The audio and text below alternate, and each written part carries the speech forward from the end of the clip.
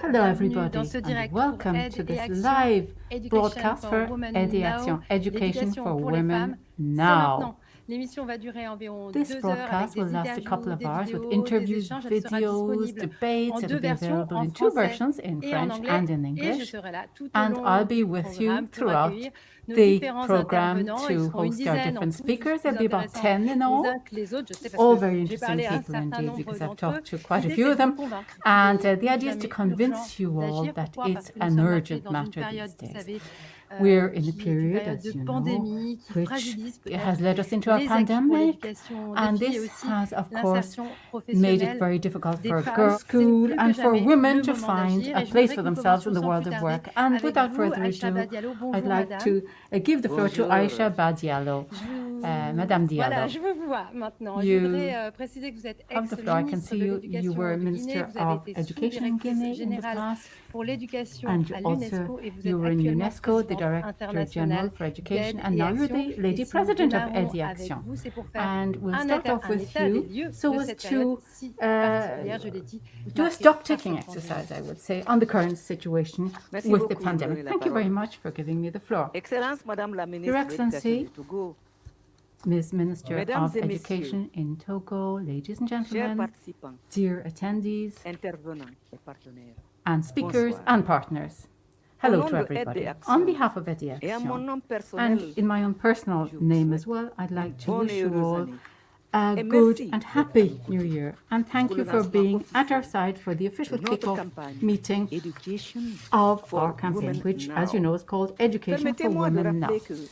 Please allow me to recall that the education of girls and women is indeed the backbone of sustainable development. It's not just a fundamental right, but it has multiplying effects. That's why Kofi Annan said, and I'm quoting him here, that the education of girls and women is the best tool for development that could possibly exist. In fact, it enables us to promote gender equality, health for all of the family, economic growth, environmental protection, and indeed also social cohesion and peace. Unfortunately, there are many factors these days that are preventing girls from going to school, as the same factors that are preventing them from staying at school and from succeeding at school. What are the reasons then? Well, there are several types of reasons at different levels. There are interdependent reasons, of course, too, but they're all closely interconnected. Among these externalities or external factors, we could mention, for example, the following: poverty, people's attitudes, people's beliefs and practices, cultural practices, the difficulty of people who leave the school system in terms of finding a job. It's not always easy, even if you have gone to school, to find a job, and people who are disabled. Then you've got internal factors connected with the educational system itself. Infrastructures, for example, the teachers who are not always gender sensitive. The language of tuition is often a foreign language for the pupils. The school syllabus, the school equipment and didactic material, not always absolutely in line with the needs of girls. Also, the school environment that doesn't foster learning for girls. You've got hunger, quite simply, health, lack of health care, and the lack of support from parents, and disparity among people's expectations, discrimination, and gender violence. Even within school, we see this. Within schools, on the way to school, in the school, on the way back home, and so on. The statistics, in fact, are often not aggregated together. So we don't even measure what's going on a lot of the time. There is the lack of research and lack of monitoring also to understand the reasons why girls tend to drop out of school at a certain point in time. And of course, wars and conflicts in countries which have conflict, it's the women and the girls that have to bear the brunt of the situation. And these barriers to education for girls and women explain, I think, why in spite of the immense progress we've made in terms of education in the last 30 years, we still have 790 million illiterate adults in this world, including 102 million of young people who are just between 15 and 25 years of age and who have not learned to read and write. And the majority of these people are girls. 479 million are girls, and in the main, they live in developing countries. And it's in this context that in 2020, the COVID-19 pandemic hit us all over the world. It has led to unprecedented crises, health crises, economic crisis, food crisis, sociocultural and ecological crisis. Education has been hard hit by this pandemic, with the closure of all schools around the world. 90% of the learning population was deprived of education, and millions of schoolgoers were deprived of the only meal they had per day, or sometimes medical care, which was dispensed in the school. 463 million children did not avail of online learning or remote learning of any sort because they didn't have the IT tools necessary, internet access, computers, mobile phones, iPhones, and so on. And again, the hardest hit in those that were hit were the girls. We should recall that on the 24th of January, we will be celebrating the International Day of Education proclaimed by the United Nations in 2019. Let's not forget that 258 million children still don't have access to their fundamental right, which is to be able to go to school. So it's now an urgent matter. We're going through a crisis of education, of learning in general, and of skills development, of course, as well. Also, UNESCO tells us that 24 million children, including 11 million girls, in the world will never go back to school. These 11 million girls in developing countries will run the risk of being victims of forced work, excision, forced marriages, early marriages, in particular in Africa, of course. That is why I would make a solemn plea here today to everybody on behalf of EduAction, so that altogether we can take these girls and women out of this situation of exploitation, a precarious form of living, sometimes violence, and a lot of suffering. Together, we can give them access to a quality education, which will enable them to obtain a job or create their own company, why not? Be economically independent, be self-confident, have a voice, have access to policymakers, decision makers, have choices in life. In other words, be happy. They can no longer wait. We've got to act now.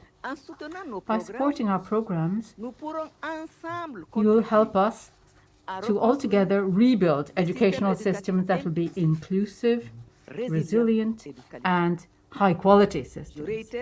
I would reiterate, therefore, my appeal to all of the policymakers who will be able to open doors for us and support us financially so as to achieve our objective, which is to give quality education to 3 million girls and women in Africa, in Asia, in Europe, and in the Caribbean between now and 2025. To do that, we need 20 million euro. So we need you. We need you all to pick up this gauntlet, to meet the challenge, so that girls and women will be able to learn from kindergarten stage up to university stage, be trained, be given vocational training, technical training when they want as well, with the help of digital means, which have, of course, become indispensable these days, in this day and age. So, as Abbé Pierre has said, alone you can help, but altogether we can save.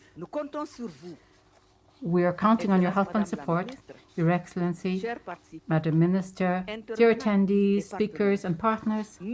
Thank you for being mobilized with us on this. Thank you for being our spokespersons and putting across our message loud and clear. And thank you for supporting us. We need your help and support. We'll be relying on that. Thank you. Well, that's an appeal. Thank you, Aicha Bah Diallo. Of course, it's an urgent matter, as you say, and we're going to keep on reiterating that message. We're going to have a couple of panel discussions. The first one on the current specificities, of course, the COVID context, but also the challenges and issues that were already in the world before COVID hit, and the fact that we need more investment, additional funding. We'll be explaining all the reasons why. And in the second panel discussion, we will look at the emerging solutions to support access for girls to education, the impact of these solutions as well. It's important to quote concrete examples, and we'll be doing that throughout our broadcast as well. We'll have videos, we'll have feedback from people, testimonials, and keynote messages from personalities like Elizabeth Chungi, Omar Aruna, and Denise EPOTE. They'll all be with us as keynotes, but we have a video message from Dr. Natalia Kanem, who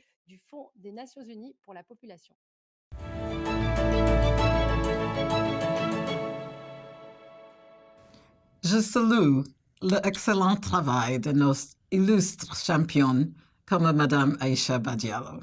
Leur engagement pour les filles et les femmes nous fait honneur. More girls are attending and completing school than ever before, thanks to the great strides made for and by women and girls over the past 2 decades. Now, COVID-19 looms as a big threat to girls. COVID might reverse the hard-won progress made by girls to attend and complete school in greater numbers than ever before. That's because girls, under COVID movement restrictions and lockdowns, who are out of school, are highly vulnerable to harm.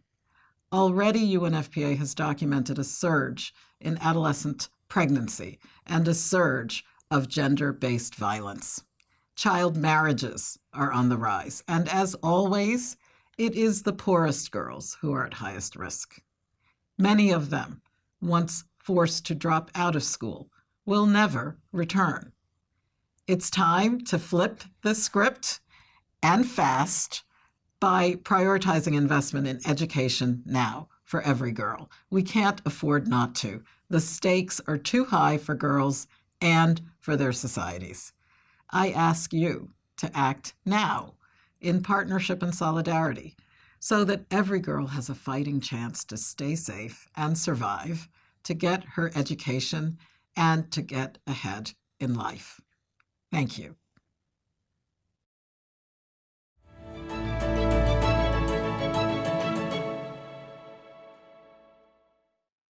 I think this message is very clear. Eddie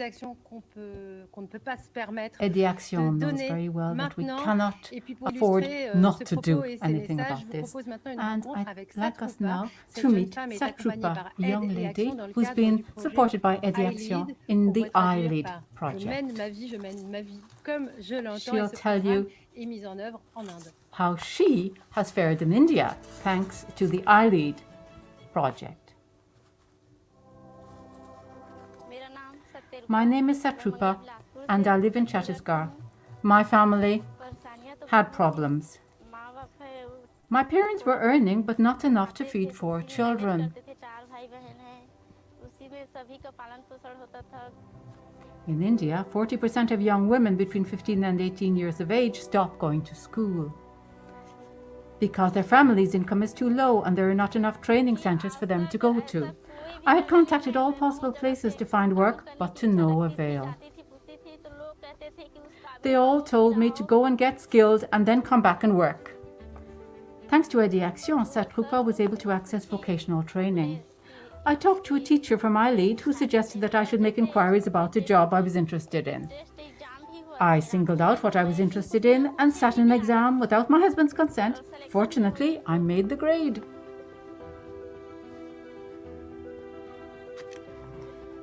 She chose mechanics and was able to receive vocational training in just 3 months. During our training in car mechanics, they taught us about the gearbox, the clutch, the brake, the engine parts, and so on.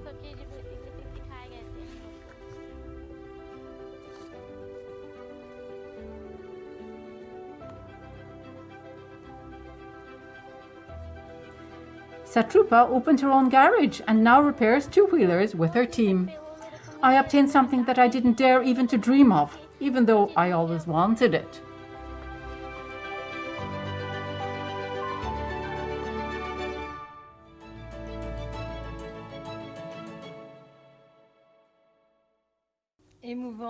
This is moving, isn't it, this testimonial from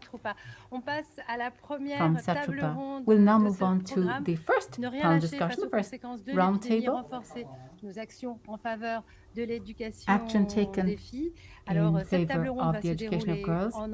It will take place in English. It will be translated simultaneously. If you wish to hear it, of course, into French. And then we move back into French. And the English translation will, of course, be available for that. So thank you for all of those who will be with us in this panel discussion. And Jean-Michel Steber, I'll hand over to you. I'll introduce you, Jean-Michel, still in French. You are in charge of BNI Fondation France, which is part of BNI International. BNI, created in 1986 by Mr. Messner. It's an international investment banking network, and you focus a lot on helping educational initiatives. You yourself have sponsored a child in India, a girl in India, through Education. That's how you're with us today too. So you are very committed yourself to promote education and the cause of education. That's why we thought you would be the right person for this panel discussion. So now it's time to get on the first roundtable, and during this roundtable that will last roughly 20 minutes, the topic we will be talking about is the consequences of COVID-19 and if it has initiated a new crisis of education and women's empowerment.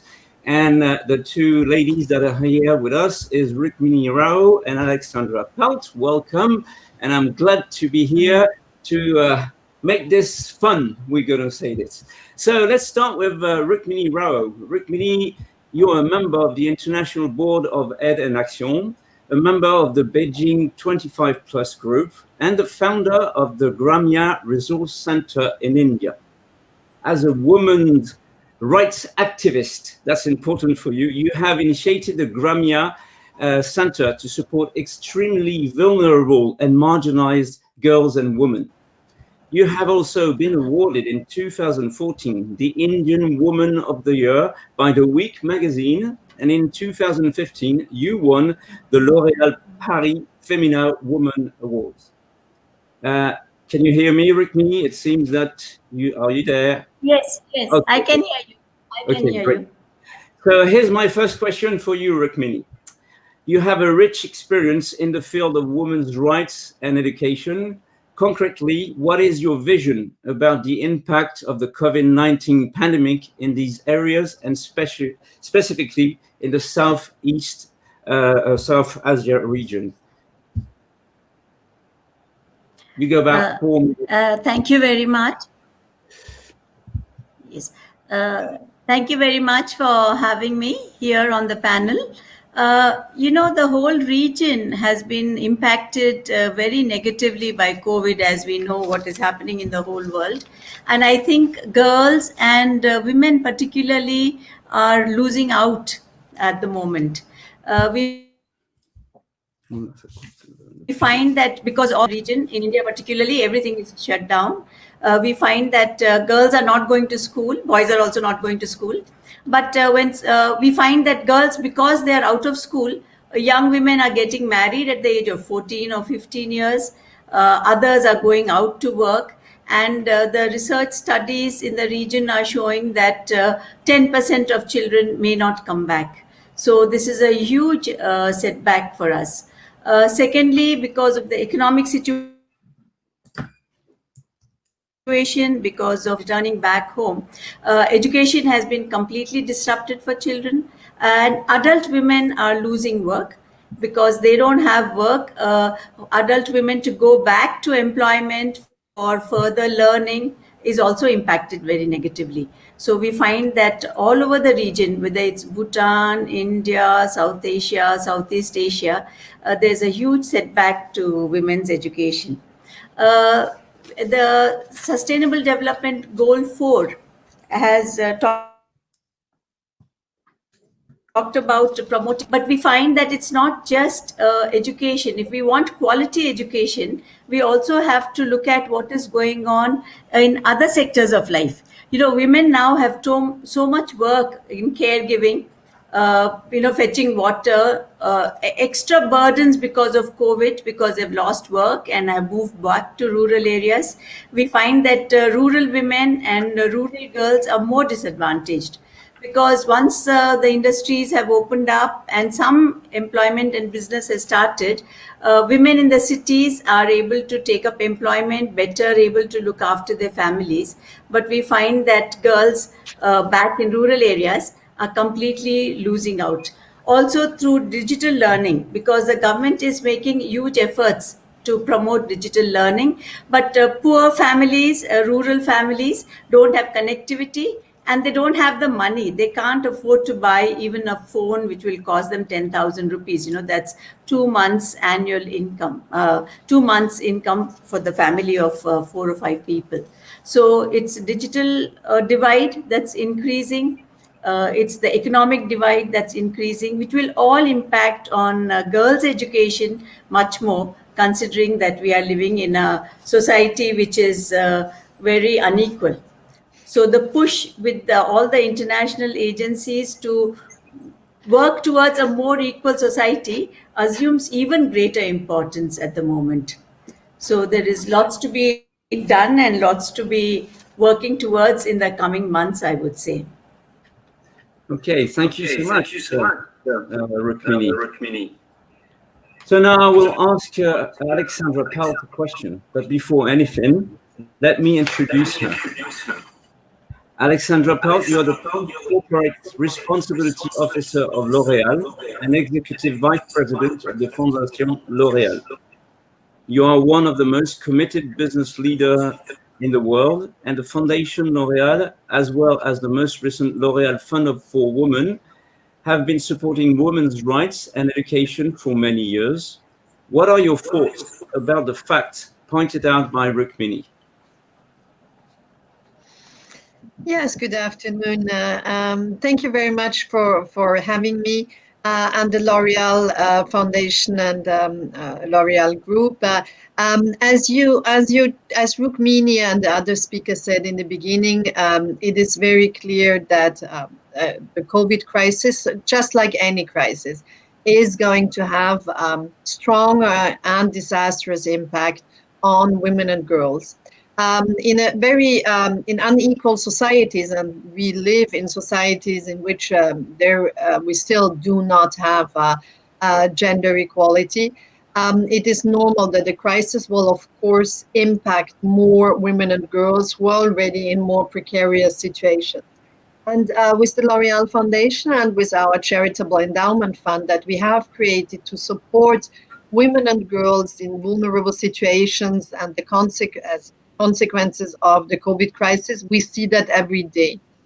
In the projects, so we support with the Charitable Endowment Fund, small grassroots organizations, community organizations, NGOs who work for vulnerable women in extremely difficult situation, homeless, disabled women, victim of violence, and so on. And so with this endowment fund, we support projects that help women to go through the crisis that results from the sanitary crisis. And what we see every day is just confirming what the speaker said before and what Rukmini says. So the consequence, we have a lot of organizations that work, of course, on forced marriage, adolescent marriage, because we have more and more girls being forced into young age marriages as adolescents, pregnancy. We see in the demands that we receive that it is much more difficult to keep girls in education, and that is true around the world. So we have to say that this is also a situation that we meet in industrialized and developed countries such as France, gender violence against children, existing inequalities are getting worse, and they are, of course, getting worse for women. So my reaction is that unfortunately the situation is as dramatic as it was said, and that we will have in the next years a lot to work on, because I think we were completely unaware and unconscious and not aware of the extent of the consequences of the worldwide lockdown and the situation that was caused by the COVID. So the next years are going to be very challenging years as regards gender equality. I think also for women in higher level positions, we also see that when we look into the women scientists we support, even scientific women that are on the top of their career. And we have just done a study in Europe, and they were 80% to say that they and their career was more impacted than the career of their male colleagues. So we see that this is going through all levels of society, but of course is a particular danger for poor girls and poor women.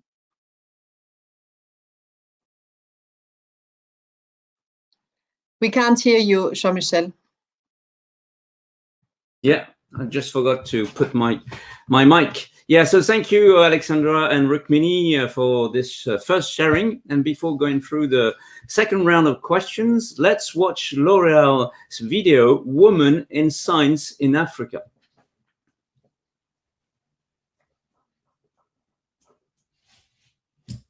Well,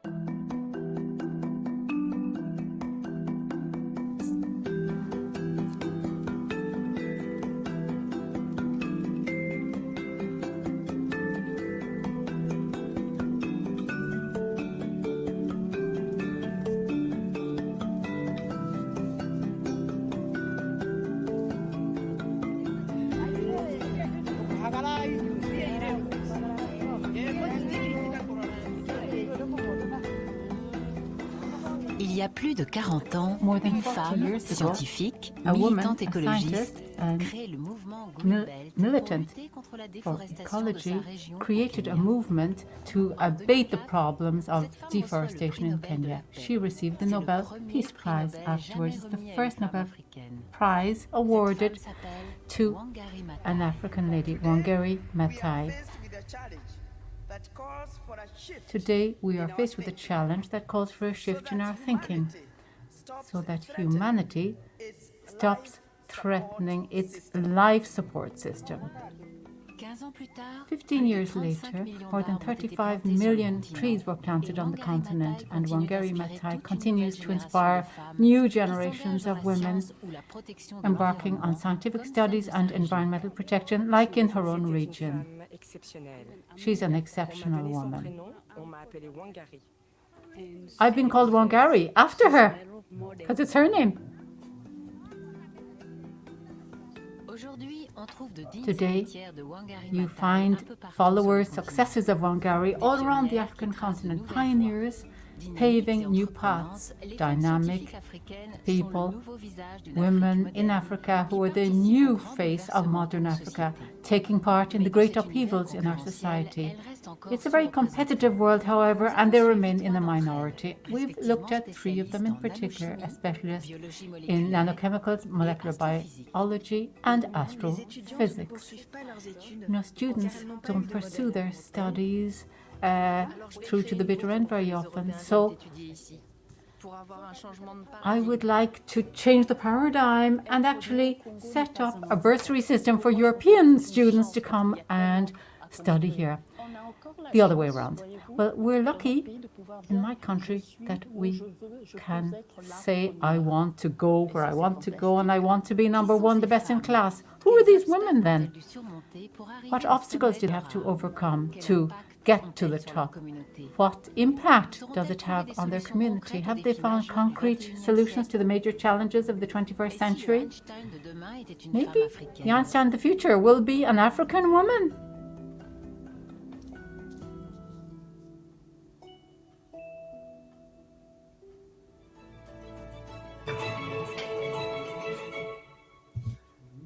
What a great video. Alexandra, would you mind sharing with us a brief comment about this video?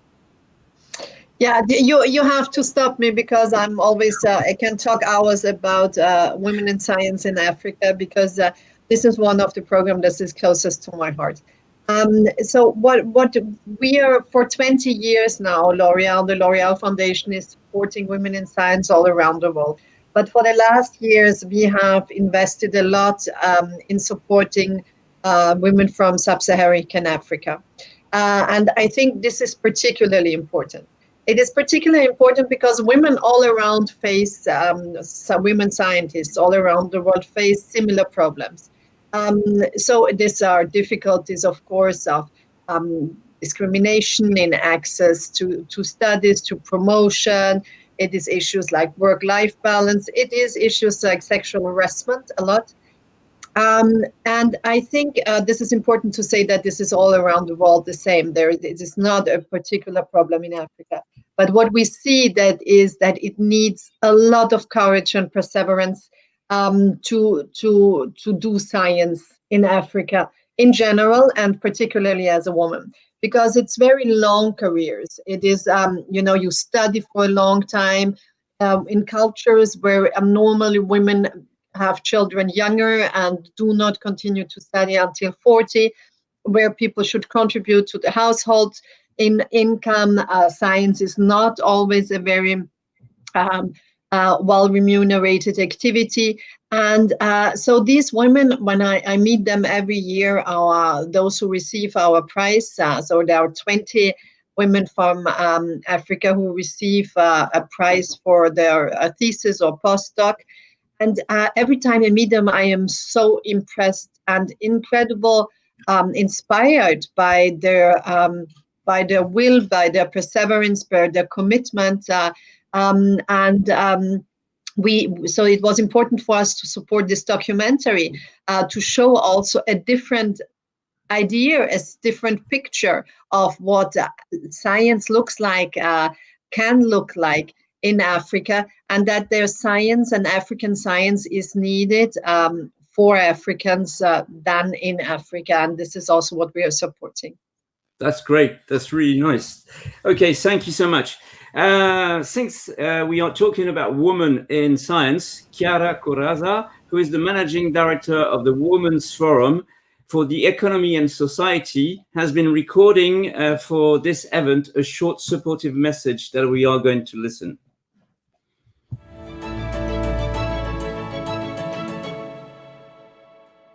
Do we want to move forward or to step back?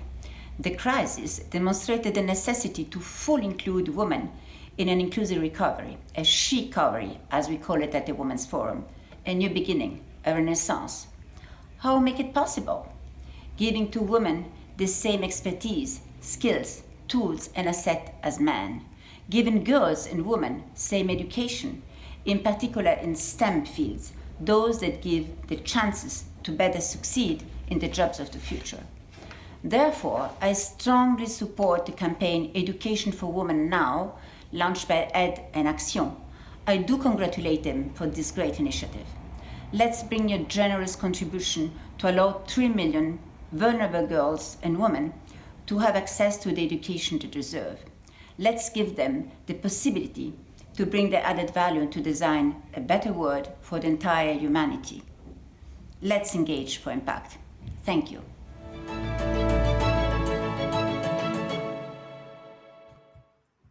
Okay, now back to the questions of our round table, and let's start with Alexandra this time.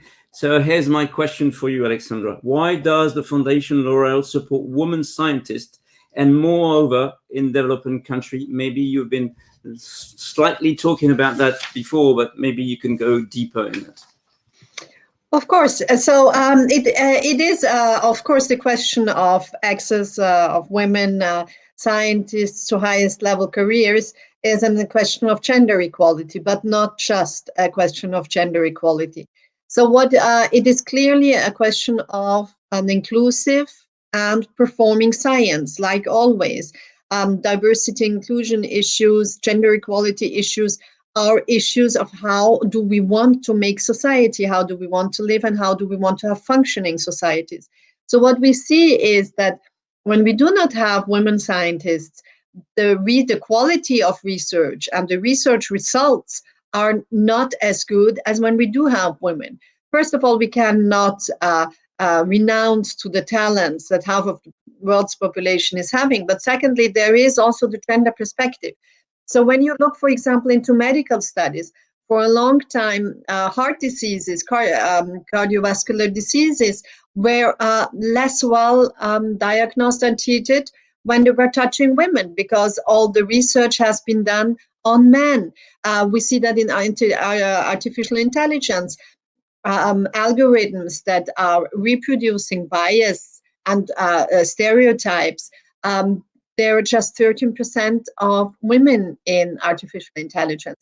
So if we want to have a society that works tomorrow, that is inclusive for everybody, and when it's inclusive, it's economically and politically better performing. So then we need women, and women in power position everywhere. And that starts, of course, with education.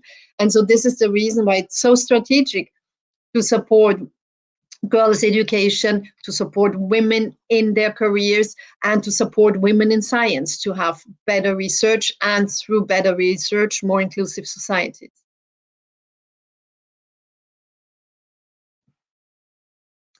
On ne peut pas vous entendre.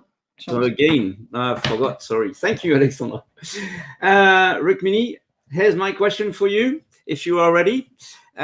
Despite the crisis, Alexandra has described amazing initiatives to support women's rights and education. Do you believe we will recover? Yes, of course I do. And I feel to recover, we need action. It won't happen on its own. We need action. We need global action, a better understanding of what's going on in the world by governments, government action to support the most marginalized in society. And most important, it's the women themselves who will make a difference to the world. Because when I look at women who have made it, who have recovered now and who are slowly recovering now, I find 3 or 4 very important factors at work. One is networking, that there's a group of women who are supporting each other. That's very important to take things forward. Secondly, we need a caring society. We need a caring world where people can help each other to move forward step by step. We also find that small groups of women coming together and organizing themselves makes a very big change. And these aspects, global action, national action, local action, and organizing of women makes a big change. I can give you a few examples. There is an elderly woman called Lakshmama in the village I work. And she had a small flower business which just went kaput because of the COVID crisis. It was a flower business where she garlanded flowers and sold them near a temple. But after the COVID crisis and after the shutdown was lifted, we managed to provide her with a little support from the self-help group which she's a part of. And through that, she has not only started working for herself, she is now employing 4 other women. And the important thing is that these women would otherwise not have any work at all. And what have we done? The education was really a little bit input to look at the business aspects of her work. So it was lifelong learning. She's an older woman, but a little caring, little input has made a difference. I can give you another example of a young woman who's just completed high school and has got a perfect score of 10. So she comes from a very poor family, but she's made it into the Information Technology University. And it was only a network of people like us and her friends who brought her to us that we have been able to pay her fees, and we are able to support her by providing books. And this little girl, Kokila, who's only 16 now, is telling me that she wants to help other girls, and she is bringing 5 other young women to talk to me and to look for support. So we find again and again that women working together and a little bit of education, little bit of understanding takes you very, very far. Another case I would like to share is of a young woman, again a young woman, whom Aided Action has supported in Bhutan. And this young woman from a family of 5 could not earn enough to make a living. But because of the support she received in learning about organic agriculture, she managed to travel. We helped her to travel to different countries, and she has learned organic agriculture. And now she has set up a small business, and she's providing employment and a market to the whole village where she lives. So again and again, we see that women are doing very well when they work together. So I feel that COVID has set us back terribly, terribly back. But working together globally as well as locally, I think we will make a big difference and we will push ahead. Thank you. Thank you so much. Hey, you know, both of you are really illustrating what Martin Luther King considered the most important and essential question. That was, what are you doing for others? So you do illustrate that. So thank you so much for these great inputs. And we hope it will contribute to build a better future for girls and women around the world. Thank you so much again. And back to you, Louise. Thank you. Thank you. Thank you.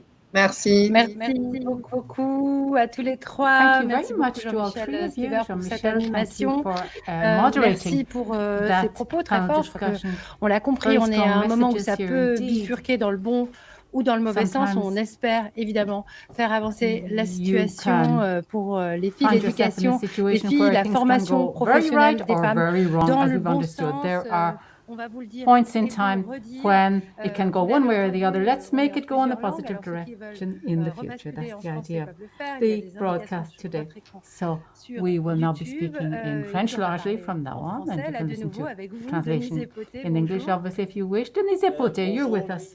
Thank you Je suis for ravie joining us. d'être avec I'm vous. so Vous êtes happy to be directrice with de you. TV5 You Monde are the Afrique, director of présidente TV5 du Monde comité Afrique de TV campagne channel, Education for the Women Now, l'éducation des filles, chairperson c'est maintenant. Je of crois the qu'on peut le campaign dire committee en Education français. Vous for êtes Women notre Now. grand témoin aujourd'hui. Ça You veut dire are qu'on our va vous keynote retrouver speaker, Denise EPOTE. plusieurs fois Today we'll pour be seeing you several vous times demander actually ce que vous avez throughout retenu the des tables rondes, broadcast. quelles idées fortes And se there are dégagent, some les major messages thrusts que that you vous can pull avez out of the envie messages we've aussi heard de just nous now, and you might have donner messages of your own to put across to people listening in, perhaps. Thank you, says Denise EPOTE. Thank you for giving me the floor. What I take on board from the first panel discussion is, firstly, the fact that this health crisis has hit us all so hard for the last year. Is there a new crisis now for education and for the emancipation of women? Well, the answer is definitively yes to those questions. 1 billion, more than 1.5 billion, indeed, of pupils and millions of teachers locked down for quite a while. In several countries, efforts have been made to make for a continuum in the educational sphere, but it works more or less well when there's a lockdown. So the consequence was that girls were mobilized, in particular, very often, to do some household duties, or were exposed to rape or early marriage that was imposed on them. And our speakers have recalled this very well. Nothing can replace the relationship between the pupil and the teacher. That's at the very heart of success in school, especially when we try to abate inequalities. It is absolutely of the essence, and the speakers have recalled the fact that efforts will have to be made so as to reduce these inequalities in terms of access to education for women.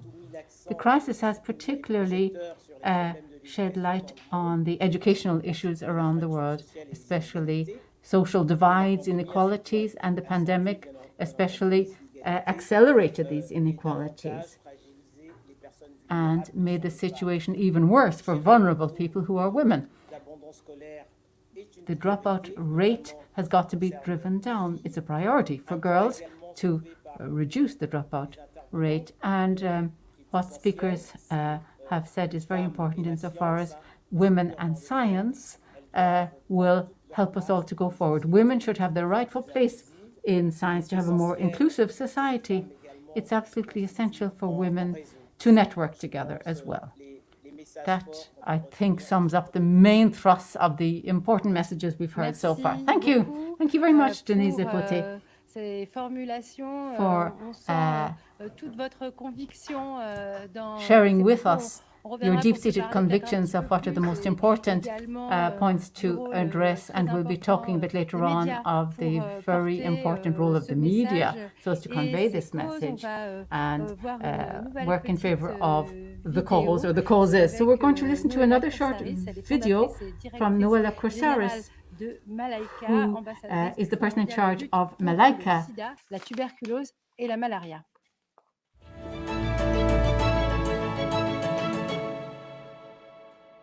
I'm Noella Corsaris Musunka, founder of Malaika, an NGO based in the Democratic Republic of Congo. Malaika joins Education for Women Now, Aid and Action First global philanthropic campaign to enable more than 3 million women and girls around the world to access quality education by 2025. I'm proud to support this amazing campaign and count on your support too. Thank you very much.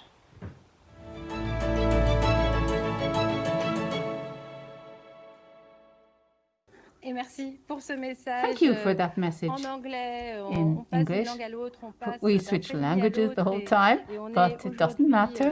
sur plusieurs We're continents parce que c'est une question spanning several continents globale here à today, laquelle actually. It's il a faut à global la issue, fois of course. apporter des réponses That's why we've got to come globales, up with mais aussi global des answers réponses précises and qui precise s'illustrent avec à la answers fois des that grands can enjeux be qu'on peut illustrated with the chiffrer, et major puis des challenges that we exemples can put et numbers des on, and histoires. also via On va concrete essayer de examples vous and en donner, stories. encore And we will maintenant, now Education for Women Now, c'est ce grand mouvement qui est lancé aujourd'hui. Il a été créé par start l'ONG listening to Aide some et stories. Of Action. course, Vous Aide et voyez sur Action votre is the écran. organization Aide et that Action, c'est has 40 embarked ans on the de Education for service Women Now pour le campaign. développement They've de l'éducation et par been around l'éducation. for Et je crois que c'est quite a while to très change the important de le world dire comme ça. using On va education retrouver via Charles-Emmanuel education. Ballanger et And we Vanessa will Perrette pour vous présenter now un talk peu to mieux, Charles-Emmanuel encore Ballanger and plus, Vanessa les Perrette actions from Aide et Action, who will tell us a bit d'Aide more et Action. about what C'est le cas de Aide et le Action dire. is, what On it commence does. avec vous, And Vanessa, Vanessa directrice Perrette, internationale you're du développement International des ressources Manager for fundraising, d'Aide et the resource Action. Je vous development, and remercie Aide et beaucoup, Action. d'ailleurs, d'avoir Thank you fait for appel à joining moi us, aujourd'hui, Vanessa. parce que, Thank you for asking me to be j'apprends part beaucoup of de the choses broadcast à vos today. côtés. On va aussi saluer Charles-Emmanuel I'd like to Ballanger. salute Alors, Charles-Emmanuel je vois que votre Ballanger micro as est well. coupé, mais est-ce que je peux vous dire bonjour? Emmanuel, is your Alors, microphone vous pouvez me off faire or signe, on? en tout cas. But anyway, you can make a Vous sign êtes to us. It's directeur off for the moment. général Thank you. So you can hear us all right. d'Aide And et you, of Action. Alors, course, on a are hésité. the Est-ce qu'on commence par les international chiffres? Est-ce qu'on commence par director in les charge histoires? On of va aller commencer par Aide quelques et grands chiffres Action. avec vous, We'll start Vanessa off with some Perrette, facts des and chiffres, figures, des Vanessa données Perrette, essentielles.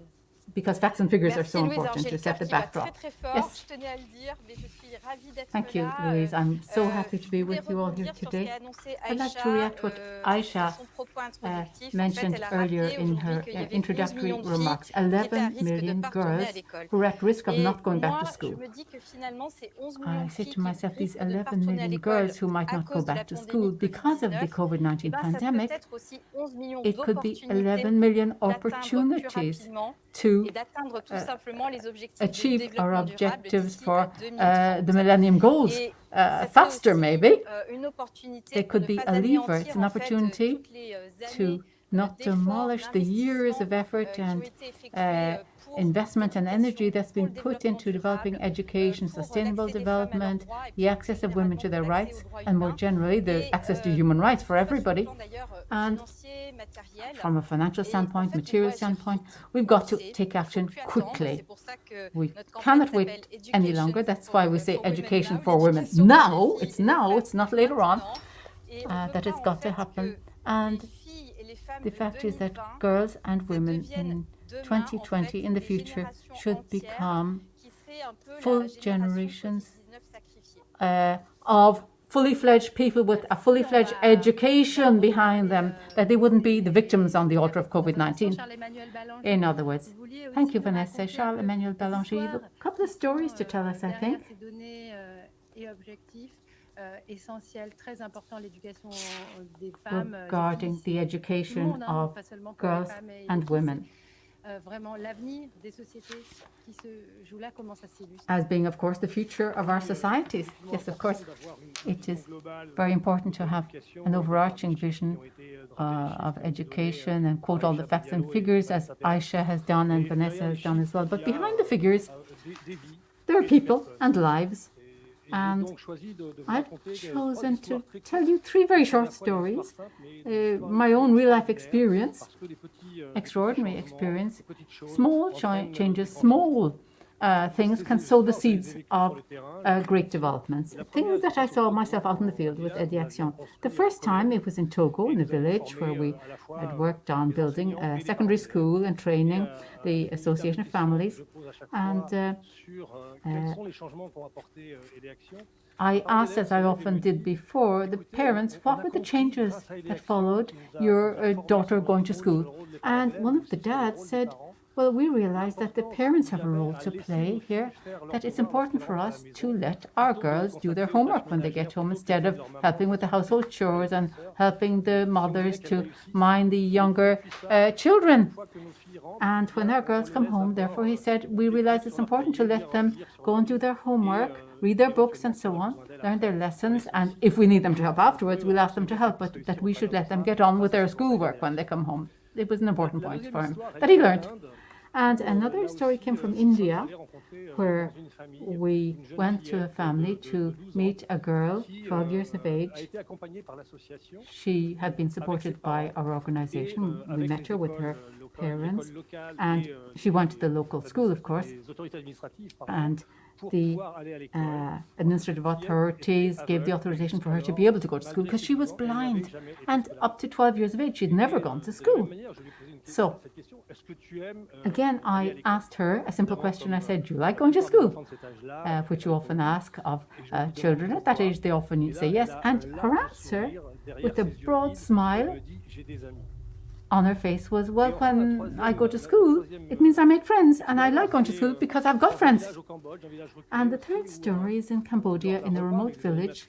We were having a meal with young mothers who'd been trained by Aide Action to be leaders in the local preschool classes. And I said, what did Aide Action contribute to you in this region? And one of the women said everything, because she had been given some training and teaching skills by Aide Action, and in the neighboring village they needed teachers for primary school. They came to her, she did an exam and was employed in the state school. She had become a teacher, and she was graded, of course, on her performance, and she was recognized to be a qualified person by the national authorities, and therefore became a fully fledged primary school teacher, which you'd never have dreamed of. And you hear people telling you stories like that, people who dropped out of school, people who managed to find their way through vocational training and so on, and enter the world of work no matter what, despite the fact of having dropped out of school. So these are the stories you hear. The fact of changing people's lives, it's all so moving. It is indeed moving, says Louise, like many of the stories we hear in the world of education. Sometimes it's spectacular, sometimes less so, but it really involves the life of individuals. It's such a sea change in people's lives very often. Charles Emmanuel, could you explain your underlying philosophy to us? Well, I mentioned the 3 stories just to say how important it is to open the minds of parents so they understand what role they have to play, so that people, in the case of the blind girl, for example, can be mainstreamed despite the disability they may have. It's important for them to go to school to make friends, as she said.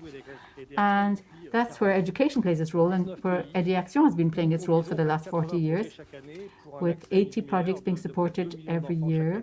We help about 2 million children every year, teenagers and adults, young adults, and we want to project ourselves into the coming 10 years and refocus our activities on the more vulnerable, more marginalized populations, ethnic minorities, people who are marginalized because of their disability, people who are in extremely insecure circumstances, extremely poor, extreme poverty. And thanks to education, we want to pick up the major challenges of this century, which in Aide et Action we think are global warming and the management of our resources and the environment, the upswing, of course, of extremisms and youth employment. The education of women and girls is key in succeeding in picking up these challenges. All of the studies that have been done show that women are the leading players in economic development. They're the leading players in societal changes and developments. And if you train girls and women, you're training men and boys later on too, through their mothers and the women in their families. So for 40 years, Aide et Action has believed that education changes the world, but the education of girls is a key lever for harmonious development. That's why we've rolled out this campaign. A lot of you, I hope, will be helping us to make it known and will join the movement. Yes, this campaign that we can talk about too. Its objectives, maybe. Vanessa, you'd like to tell us a bit about the objectives, just to conclude this sequence. You could tell us a bit more about the main objectives. Yes, thank you, says Vanessa. Education for women now. We want Aide et Action to be able to resolve its part of the outreach equation. We want to make sure that we will give a proper education to girls and women, millions of them, in developing countries between now and 2025. 20 million euro is our aim, financially speaking. This is an investment, however, and the return on investment will have to make sense. So we need to invest in the right place. It's got to be impact investing, so as to enable girls and women to take action on the health of their children, to be empowered in the local economy, and as Charles Emmanuel said too, so as to enable them to actually influence the education of boys as well, because that will all help us in the future to change the world, and we hope make sure that the world is a better place to live in, a more secure place, that girls and women will be able to react and will help us to react to all of these societal challenges. So we have a more sustainable, more supportive, more human, more caring society. And we've got to remember one thing, it's that a woman who had an additional year of schooling enables herself to up her own income by 15 to 20%. It's making it possible for her to have an income 15 to 20% more when she enters adulthood. And in Aide et Action, we know there are lots of people, lots of organizations, lots of institutions that share our point of view on this. Often we see as an NGO, and other NGOs say the same, that development aid is unfortunately very much short of the mark. We keep on seeing that regularly. That's why we're turning to the private sector right now, because they've got a role to play too. They've got to be part of making this world a world where there will be sustainable development. We're very enthusiastic about this. It's our deep-seated conviction that in the private sector there are people out there who share our deep-seated conviction, and that will help us to access large corporations, corporate foundations, funding, private funding, philanthropists out there who will espouse the cause. And we want to roll out this movement and then manage to give access to quality education to millions, 3 million girls and women in Asia, Africa, and Europe by 2025. So I would ask you to become our donors, become our ambassadors, become our mouthpieces, and put across this message loud and clear, that we should all therefore take action here and now to help these millions of girls and women around the world. Thank you. Education is, of course, an investment. It's not a piece of expenditure, it's an investment. Thank you, Charles Emmanuel. Emmanuel, Ballanger and Vanessa Perrette. You'll be staying with us, of course, to attend the next panel session, and there will be interviews too. And there is another video coming up now. We're going back into the field again with the video telling us about A Light for Africa. My name is Annette Marie-José. I'm in the second year in my schooling in a secondary school. I'm 10 years old. In West Africa, 9 schools out of 10 don't have access to electricity. When we were renting, there was no electricity. We had candles and oil lamps. But sometimes the candles melt and we don't know how to continue with our revision. Since 2018, thanks to the A Light for Africa project, Aide Action and its partners have been electrifying hundreds of schools and providing computers for the classrooms.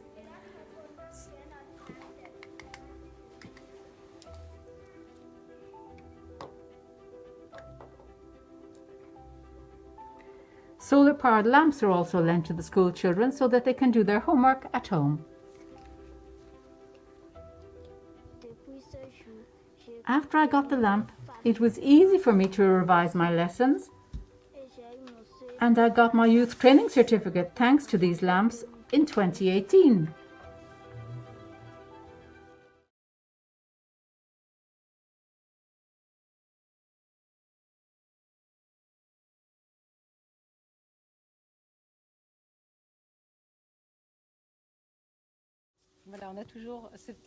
Yes, it's always moving to hear such testimonials. I've seen the film before several times myself, but it's moving each time.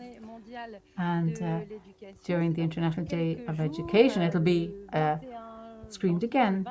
It's shortly, isn't it? The 24th of January, the International Day. This is a video.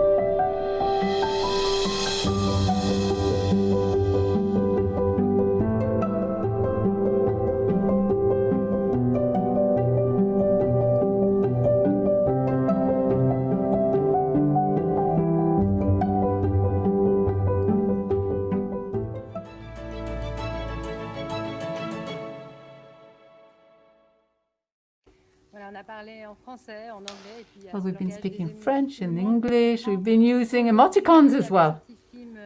And I think everybody can understand videos using pictures like the one we've seen. And the 24th of January is a landmark date. It's the International Day of Education. We'll go back now to Denise EPOTE. Denise, you're with us. You've heard Charles Emmanuel, Ballanger and Vanessa Perrette talk about facts and figures, objective figures, examples that have been quoted as well. Can you give us your own point of view on this? Yes, as Vanessa and Charles have said, 3 million girls out there concerned by the activities of EduAction and the action taken by the organization, but in the world there are more than there's about 1.5 billion pupils that could not go to school because of the crisis and lockdown and so on. So that's why we're trying to mobilize everybody around EduAction, that we should all shoulder together and make huge efforts to pick up this challenge, to keep young girls in the schools. It's absolutely key. Yes, I have another question for you. How will this message be conveyed in society? It will be done by the media, I suppose. At the time of the pandemic, everybody's talking about the health crisis, of course, and it's on banner headlines the whole time. So how will we maintain this priority? How will we make sure it's going to remain top of the list among people's priorities? It's not that the girls will be forgotten, but it might be sidelined in the debates in different countries. It might not be in center stage, it might be in the background only.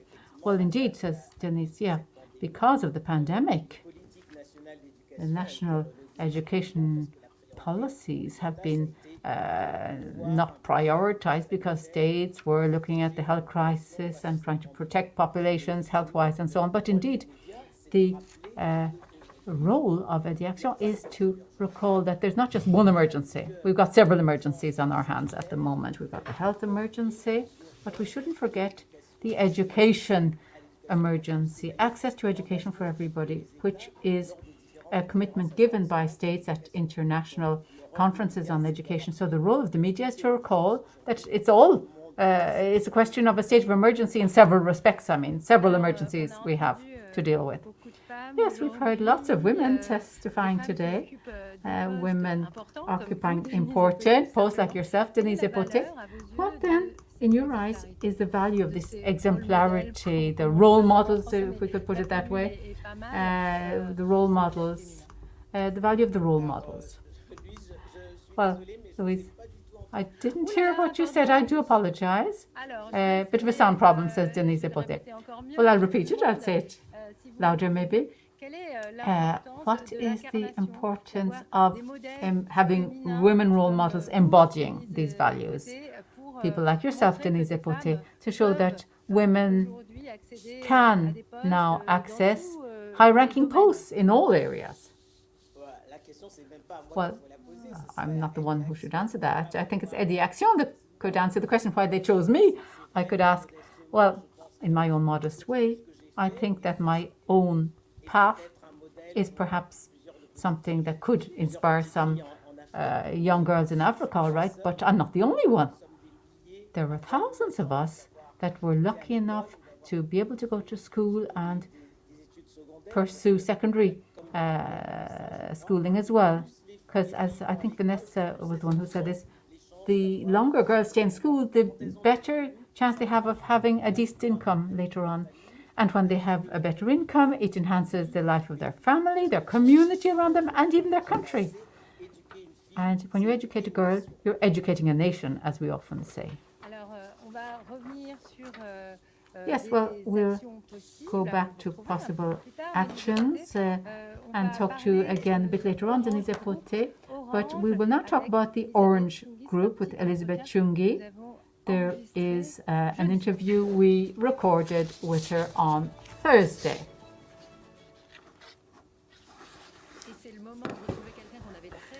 And now is the time to meet someone who we really wanted to hear and meet today. Well, I'm saying today, but in fact, at the time when we are speaking, this is Thursday. You were not available this Sunday. We are very happy to be with you. You are Executive Director, CSR, Diversity and Solidarity for the French-based Orange Telecom Group and Assistant President to the Orange Foundation. Well, I knew you as a journalist first. You have quite a background and track record, don't you? You are a woman committed into development assistance in NGOs and grassroots organizations. You worked on TV, on radio. How does such a woman become CSR director and in large corporation like Orange? Well, thank you very much, Louise. Well, hello again. My best wishes for 2021. Apologize again for not being with you live today. Well, indeed, my background is lined with commitment and engagement. I chose the media up front to push the limits or try to in the topics which are dear to me. On CSR issues, I did programs on women covering the kindergarten, maternelle school, which is a great place to analyze women's conditions in France. I did editorials and columns on the Au Féminin or feminine.com website. I wrote books in which the feminine characters are very strong characters who know that knowledge is power. So, hence the importance of the topic which gathers us today. So, I went to a career in the media to becoming a CSR director in Orange because at some point, you know, when you want to push the limits and be a game changer in the media, in the community organizations, I'm very sensitive to the transformational power of large transnational corporations. I saw that in the field when I traveled to Africa, especially. I saw that individual action changed the lives of people with the emergence of small businesses with Orange Bank and Orange Money in the Ivory Coast. I also so the foundation also supported gender equality and a number of issues. So when I learned that my predecessor, my female predecessor, Christine Albanel, was leaving Orange, I was bold enough, I was daring enough to apply for the job. I'm saying daring enough because I hadn't done any prestigious engineering or business school. I never had such a high-ranking job in large corporation, but I dared to ask. And the then CEO, Stéphane Richard, told me, yes, I'm concluding on this, because this daring comes from trust, which originates in knowledge, which originates in education.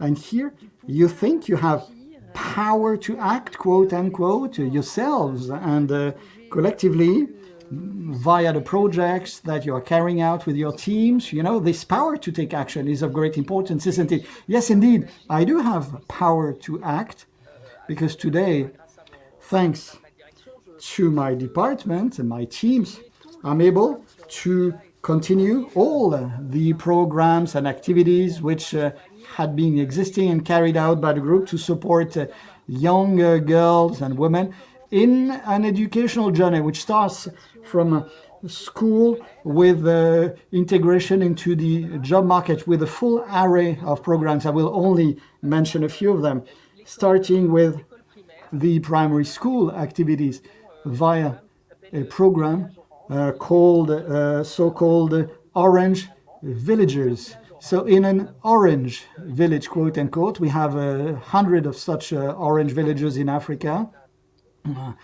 to which we support. So it all starts with the presence of water. So that the girls can go to school instead of walking miles to draw water from a well. So they have water supply, water source. We build a water supply system for them. We set up a maternal and child health care center and a primary school that is equipped with a digital tablet to access teaching and learning content. These are the first building blocks for youth and for girls. The second building block is the job integration programs which we carry out via a program which we call Orange Digital Centers, which has been recently rolled out, which is basically our flagship program for our CSR activities, in which we have an IT coding school, a startup accelerator, a fab lab for IT production, and also the possibility to invest via Orange digital investment programs to invest into the most promising startup companies. And as soon as this new program was founded, we took the commitment to have a 20% feminization rate, which immediately was exceeded. 40% of IT coding students in Tunisia are women, 30% in Senegal. So we've exceeded our targets because we are highly engaged on these issues. And it goes beyond the mainstream percentages you have in IT schools and engineering schools, this feminization rate. Do you actually believe that this experience you gave us specific examples can also nurture and promote this new type of thinking across the board in a corporation like Orange? Well, yes, I do. We cannot, via the foundation, carry out women's activities and don't do anything inside a company. We know that in our company we have technical jobs. We know that the next generation jobs will be in digital technology, and only 5% of IT coding specialists are women. So we have a real challenge to feminize these technical occupations. We've launched a program called Hello Women, which focuses on recruitment, support, and the last stretch, the last step of delivery, because I'm fully convinced, and fortunately the corporation is also convinced, that you can't get any financial performance without any sustainable performance. And sustainable performance involves diversity in the teams and gender equality, among others. Well, I would like to go back to one small personal point to conclude. Are you happy, and do you believe that this type of program and this type of engagement, both you personally and you as part of the corporation, gives a new dimension to your life, makes it fuller, maybe? Not that you would be doing this because you want to self-actualize, but does it bring us something more collectively? Well, I think that the more women hold powerful positions, the more inequalities will be corrected, and the more our world will be just and sustainable.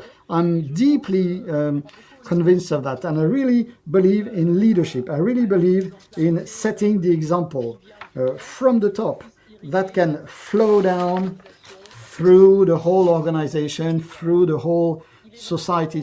So it is high time that we hear the voices of women louder and clearer. This is why I really wanted to attend this live launch event, because you don't hear enough the voices of those women who are deprived of an education. They are silent. It is our duty to make their voices heard, and this is what we are doing at Orange across the board. Our first winner of the Orange African Writer Awards is a woman, Jaili Amadou Abal, who, following this Orange Award, won the African Writers Award and the High School Writers Award. So she's a great mouthpiece for our activity, because her book tells stories of women who are submissive, locked in polygamous marriages, but education is a true weapon, a weapon to get emancipated, to gain greater autonomy, to break the silence, and to advance the world at large by way of women education. Thank you very much, Elisabeth Chung, for these words, these very strong words. And we'll resume the thread of our agenda. And I'm saying, yes, best wishes. Let us now go back to our live session, and I am now with Carol da Silva. Hello, Louise. How are you? Happy New Year. Very happy to have you with us. You're a writer, you are a journalist and a producer of your TV channel called Women and Power. You're a lecturer, you're also a communication consultant on power and strategy. You've just published a book called Women and Power, the 12 Keys to Success to Support Women and help them better grasp and apprehend their power and change their lives. And part of the revenues from the sale of the book will be reinvested into this Education for Women Now campaign. And you are a member of the campaign committee, Education for Women Now.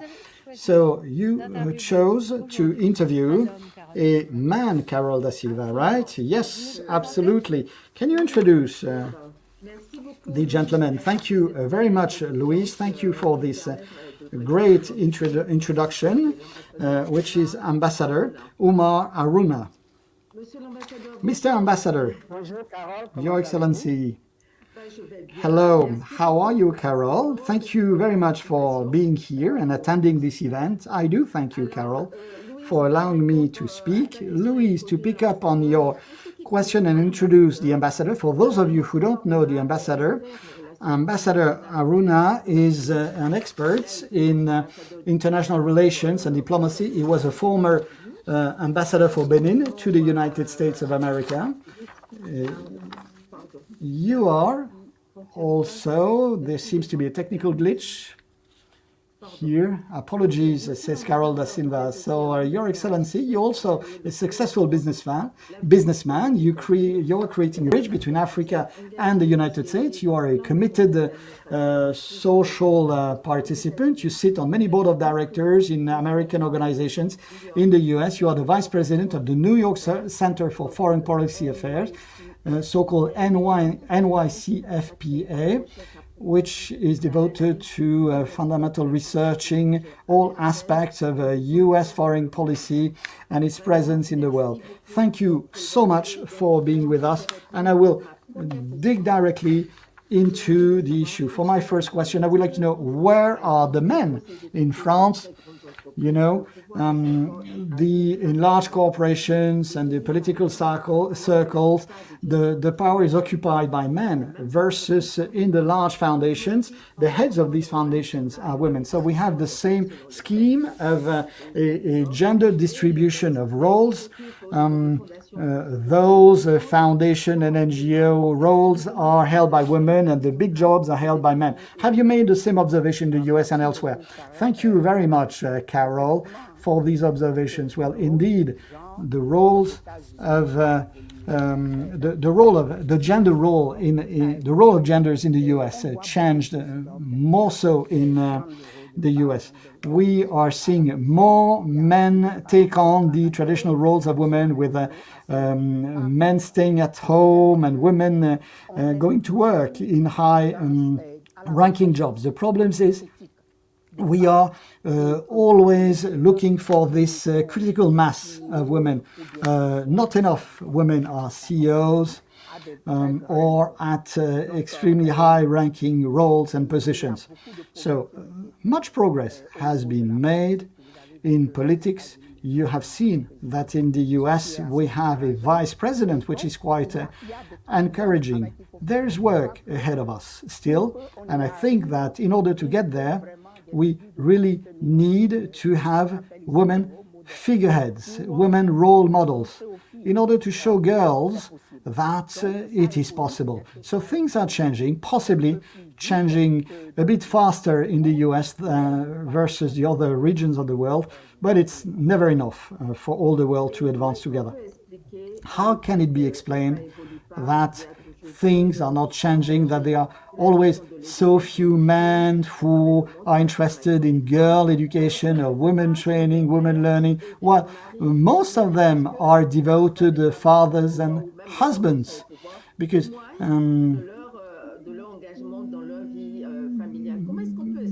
how can it be explained?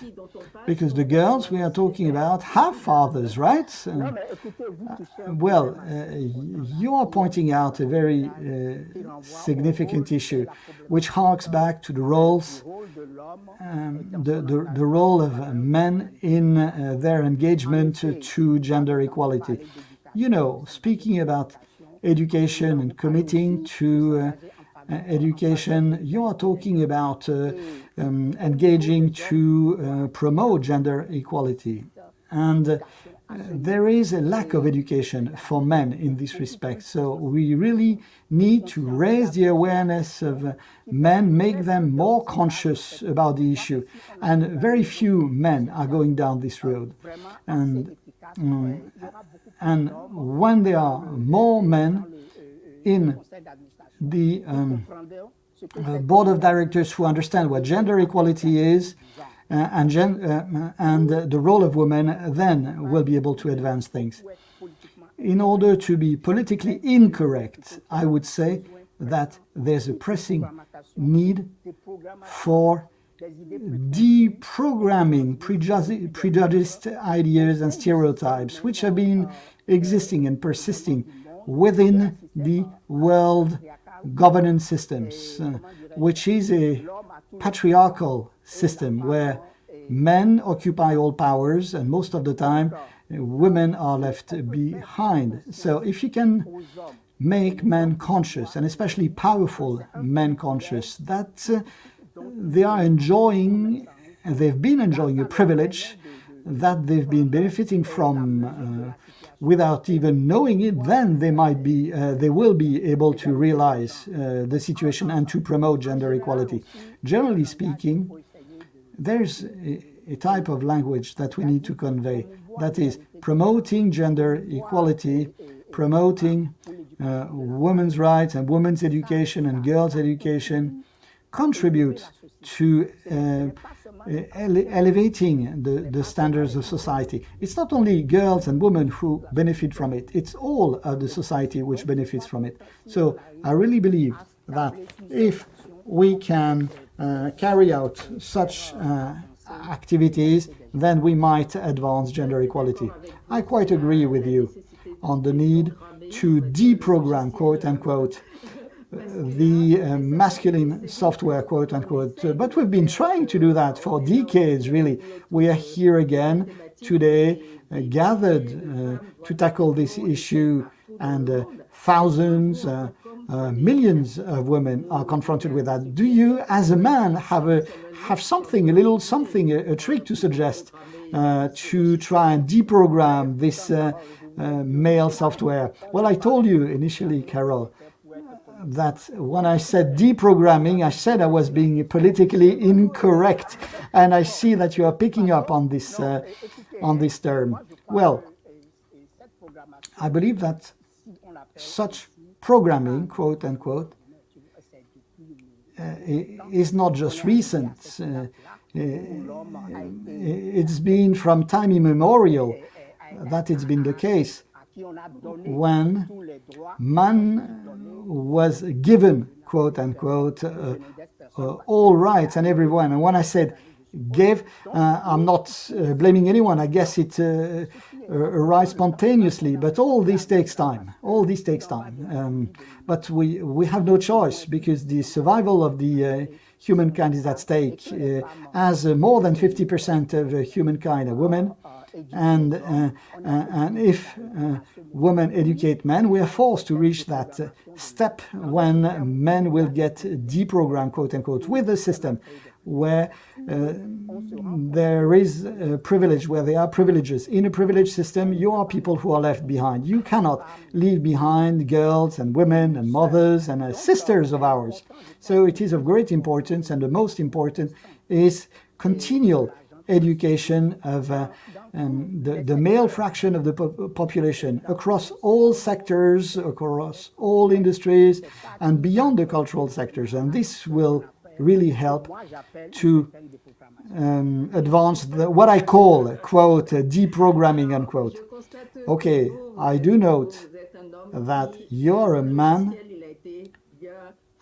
who has programmed your software program quite well, but you are a man of power.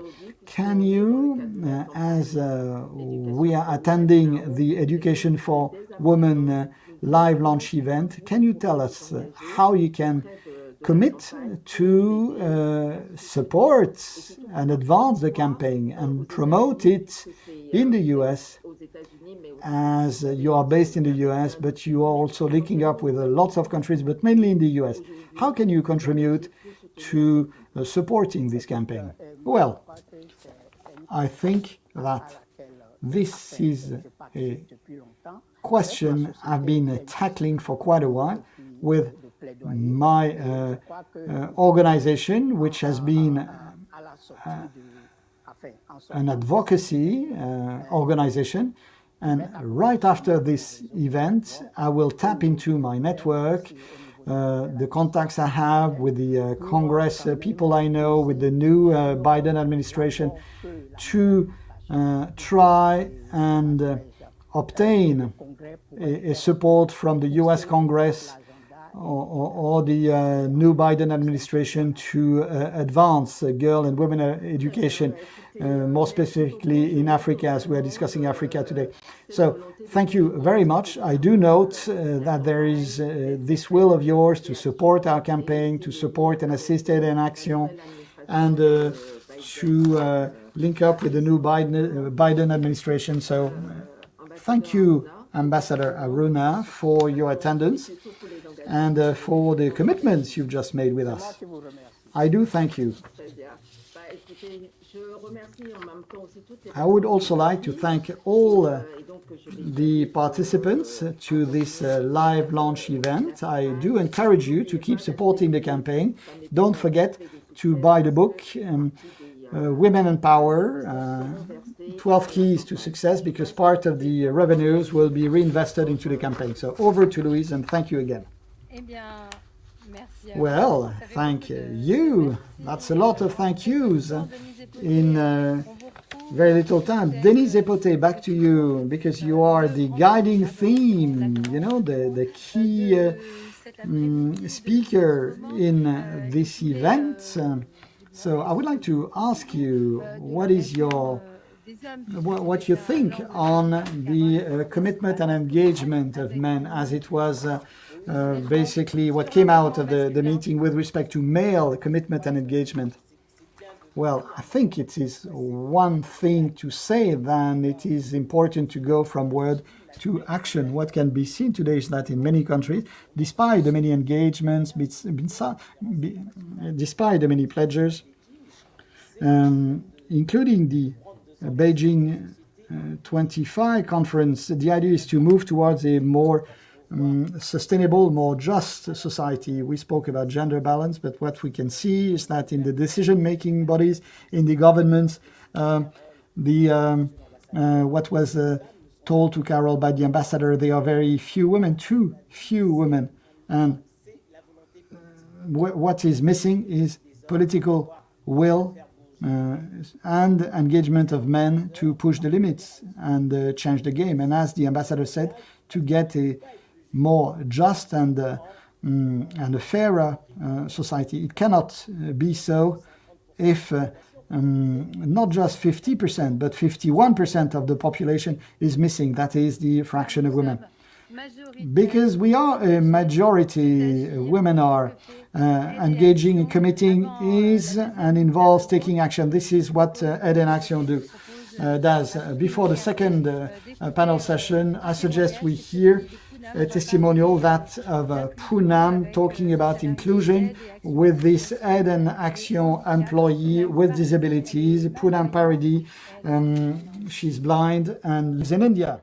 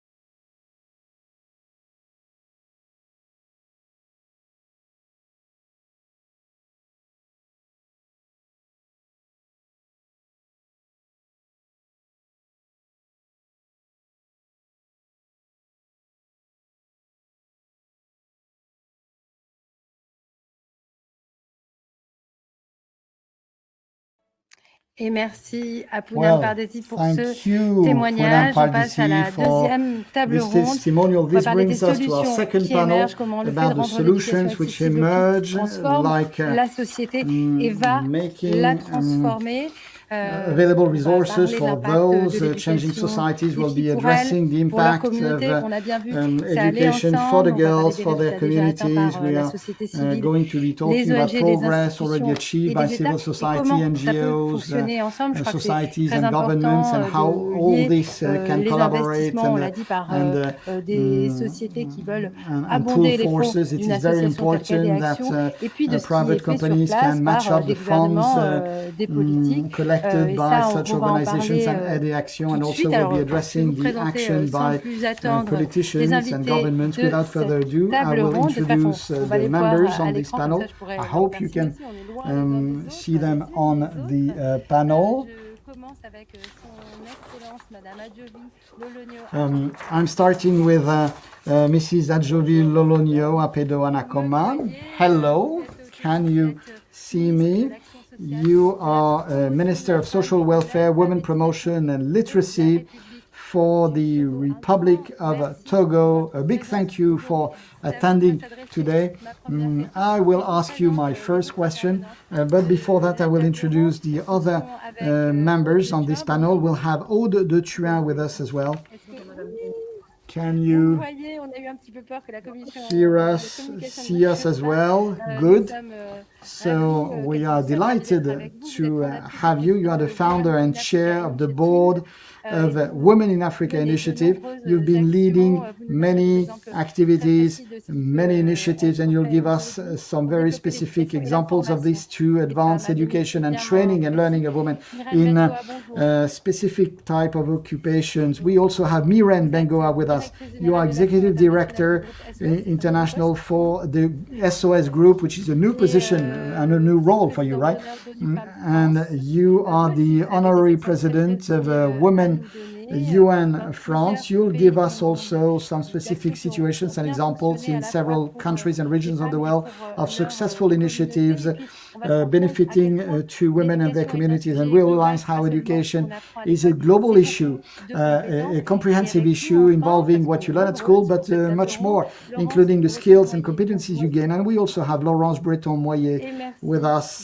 Hello, Laurence. Thank you for being with us. You're the head of strategy, partnerships, and communication executive department with the French Development Agency, AFD, as usually this is the French AFD acronym, which is used, the French Development Agency. You've been working on a number of levels in the French AFD agency, trying to link up global action with the local level. I'll start with you, Madam Minister.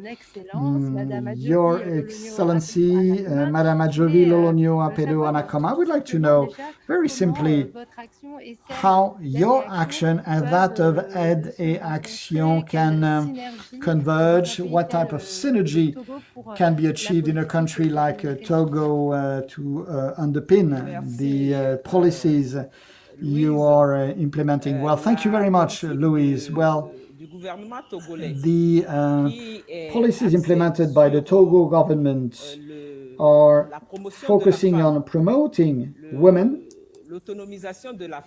empowering women, and do converge with the activities and initiatives taken by Aide et Action in the field. Insofar that Aide et Action are working to help girls go to school and women to become literate. And we know that no financial and economic empowerment of women will happen without schooling nor education. So Aide et Action International has been supporting the Togo government throughout these activities and initiatives, setting up and building schools,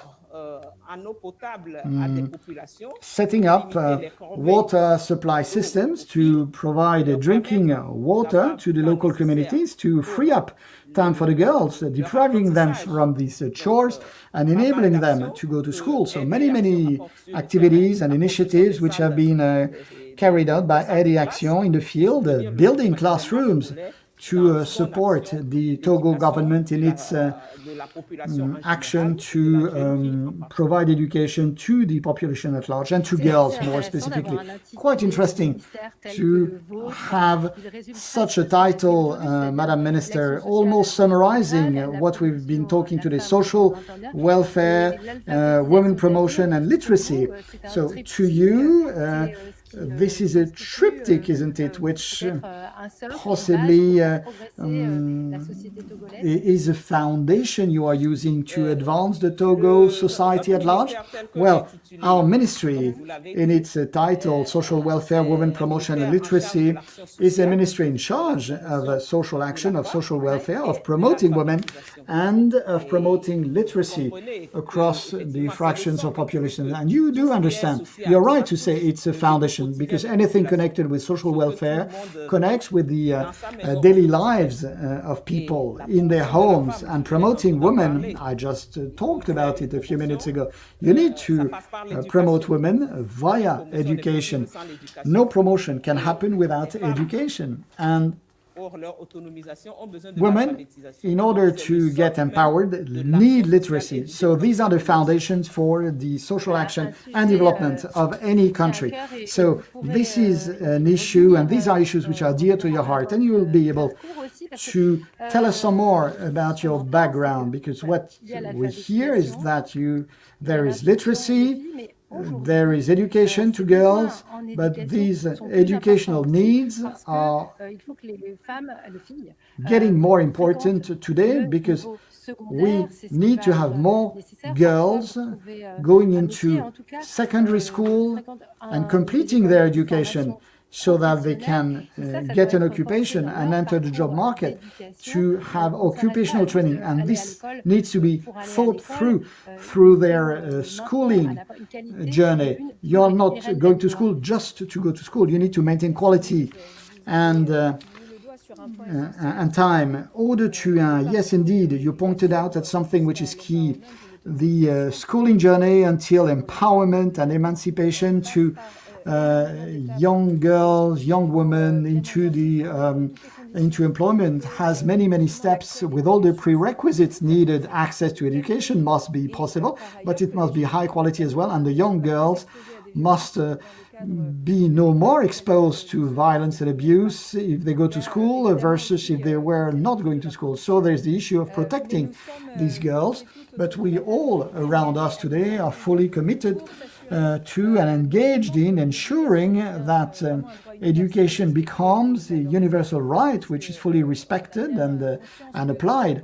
We are fully aware that it all depends on the context and situations where girls are for education to be a reality. Let me just mention the three situations I have in mind, which indeed require different types of solutions.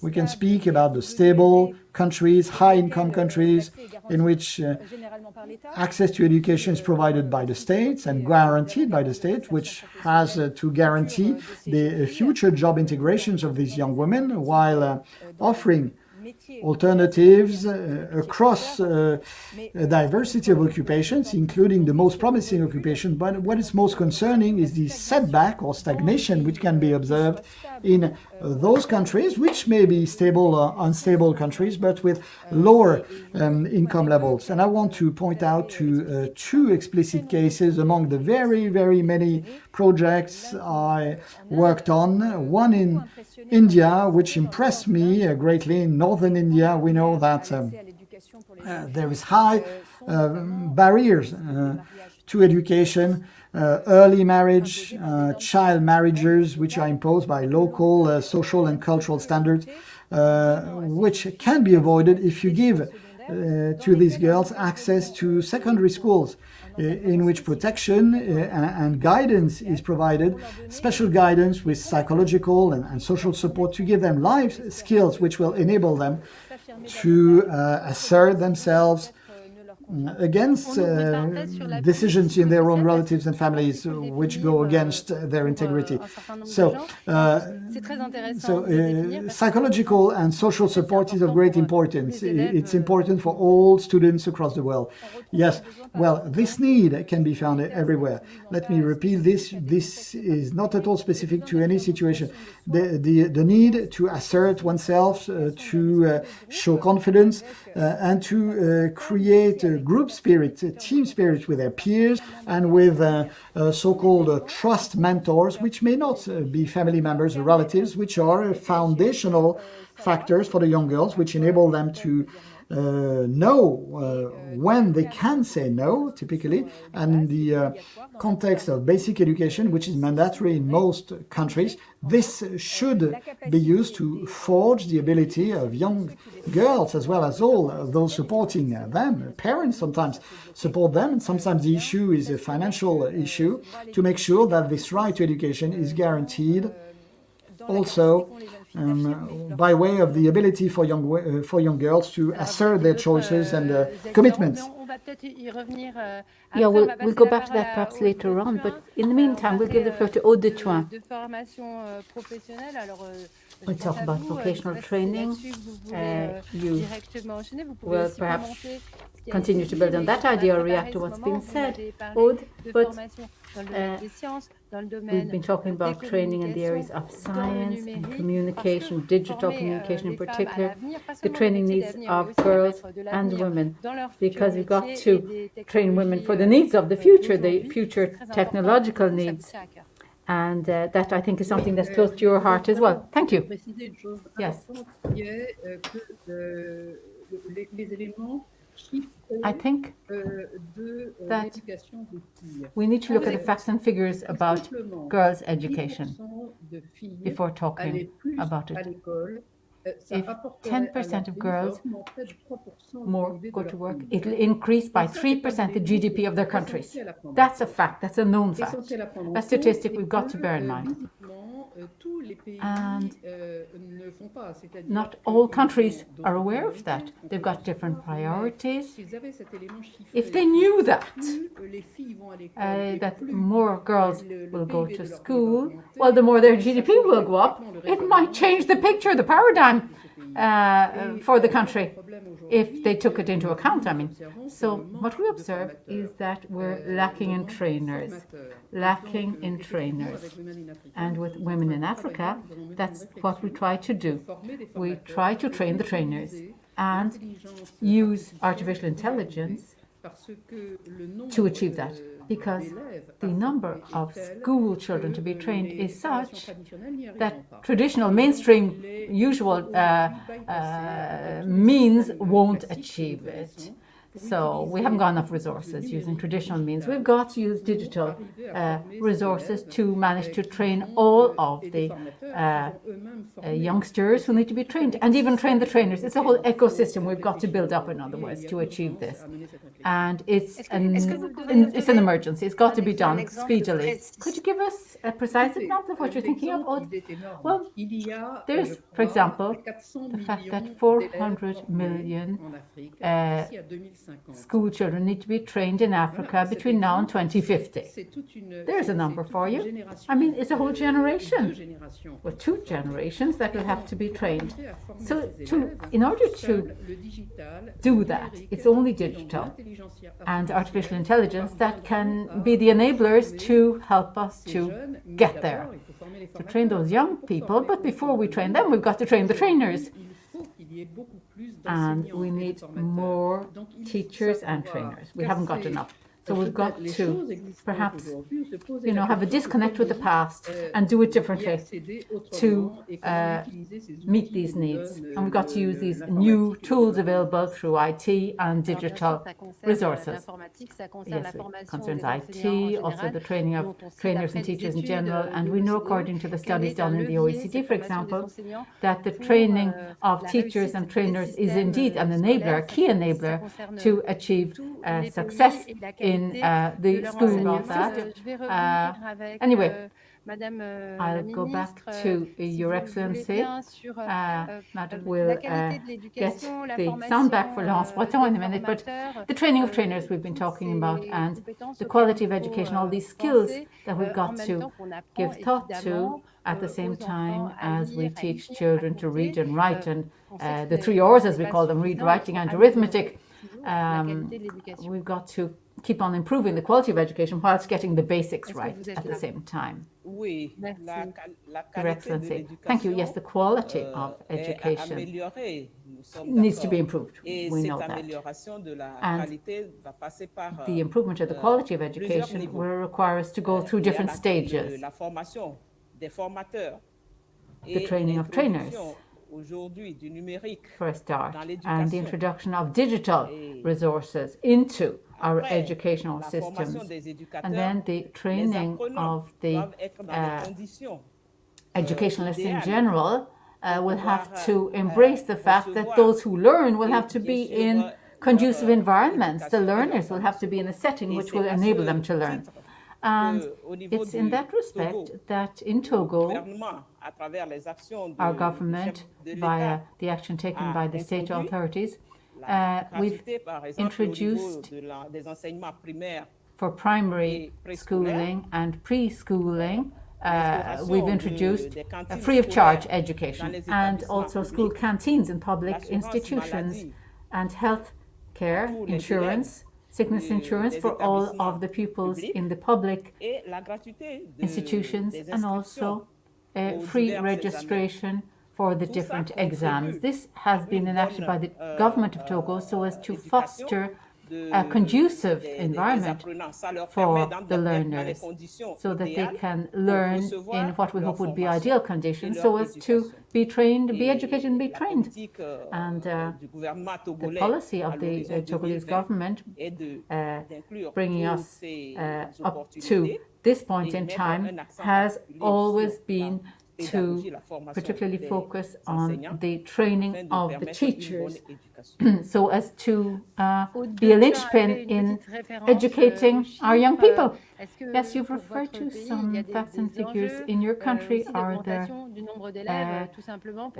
population issues? Will there be a larger number of schoolgoers in the future, for example? Just to set the backdrop of what you do day to day in your post in Togo at government level. It's not easy for us to guess the numbers that are probably going up in your country. Yes, indeed.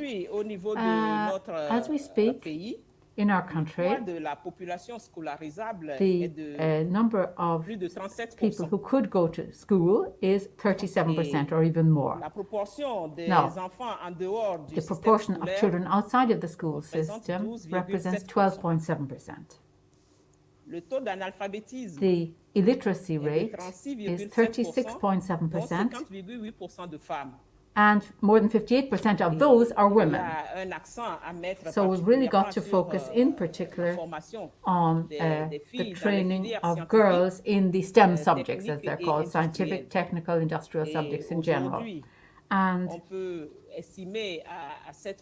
we could estimate at 7% the number of girls in the more technical training streams.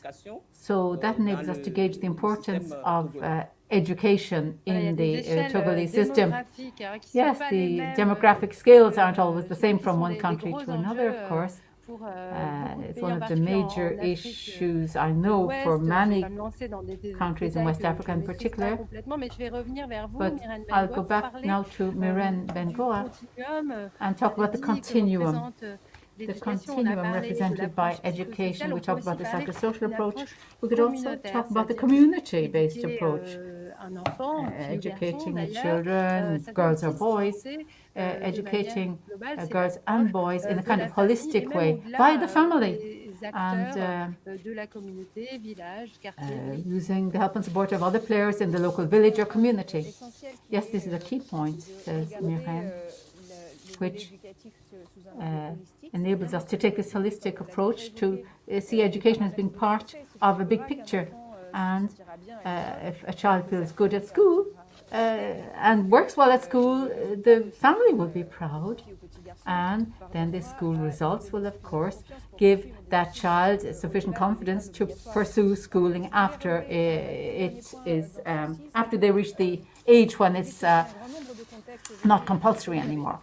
So, given the pandemic and the climatic issues that indeed, of course, aggravate access for many children to schooling these days, well, we've got people in dire straits. We've got the Afghanistan Libre organization, which is one we help, which is one of the few ones still present in the rural environment still in Afghanistan. And they've been using this holistic approach, going from early childhood up to school leaving age. And they're trying to make sure that all of the people in the local community are involved in improving infrastructures, in setting up daycare facilities. Sometimes the teachers themselves have children to mind, and it's not easy for them in a rural environment to take care of the household chores as well, and have their children go to school and run the home and so on. So there are, of course, insecurity issues as well in Afghanistan, which don't make it easy. So no matter what context we're talking about, be it a crisis context or a more stable, ordinary context, let's say, the fact of having a wide mesh of parties involved, of stakeholders involved, to make sure that conditions are conducive for education to take place, that is what we've got to bear in mind. It's the big picture, and all of the players out in the field, public authorities, the people involved in the sphere of education, all the local communities. It's everybody's job. It's everybody's business, I'd say. So, yeah, multiple partnerships are, of course, important. This holistic approach involving lots of stakeholders, including the local community. And as you've got lengthy experience in this, have you anything to add, Aude de Toin? Well, as you know, we're involved in helping essentially women, because girls are the victims of all the educational systems around the world, by and large, especially in periods of crisis, where they're totally impacted because children, girls in particular. For example, last month, I think we had more than 30 million girls around the world who weren't going to school anymore because of the COVID crisis. So it is a major issue, and that will have consequences later on, ripple effects in the world of the future. So, in particular in Africa, what we've been doing is addressing teenagers mainly, to whom we give training in coding, IT coding, because Africa is a totally digitalized continent, and it was one of the first, actually, in the world to really go so digital.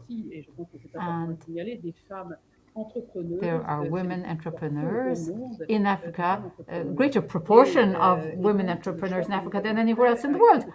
So we've got to train in West Africa. For the moment, we're doing this, girls and teenagers into coding, computer coding and programming, because their future will be digital, at least will use digital resources for the jobs of the future. And another important point concerns the education to be given to youngsters. Now, we don't want to copy what France did. It's not a very good example. You know, it's not a good example in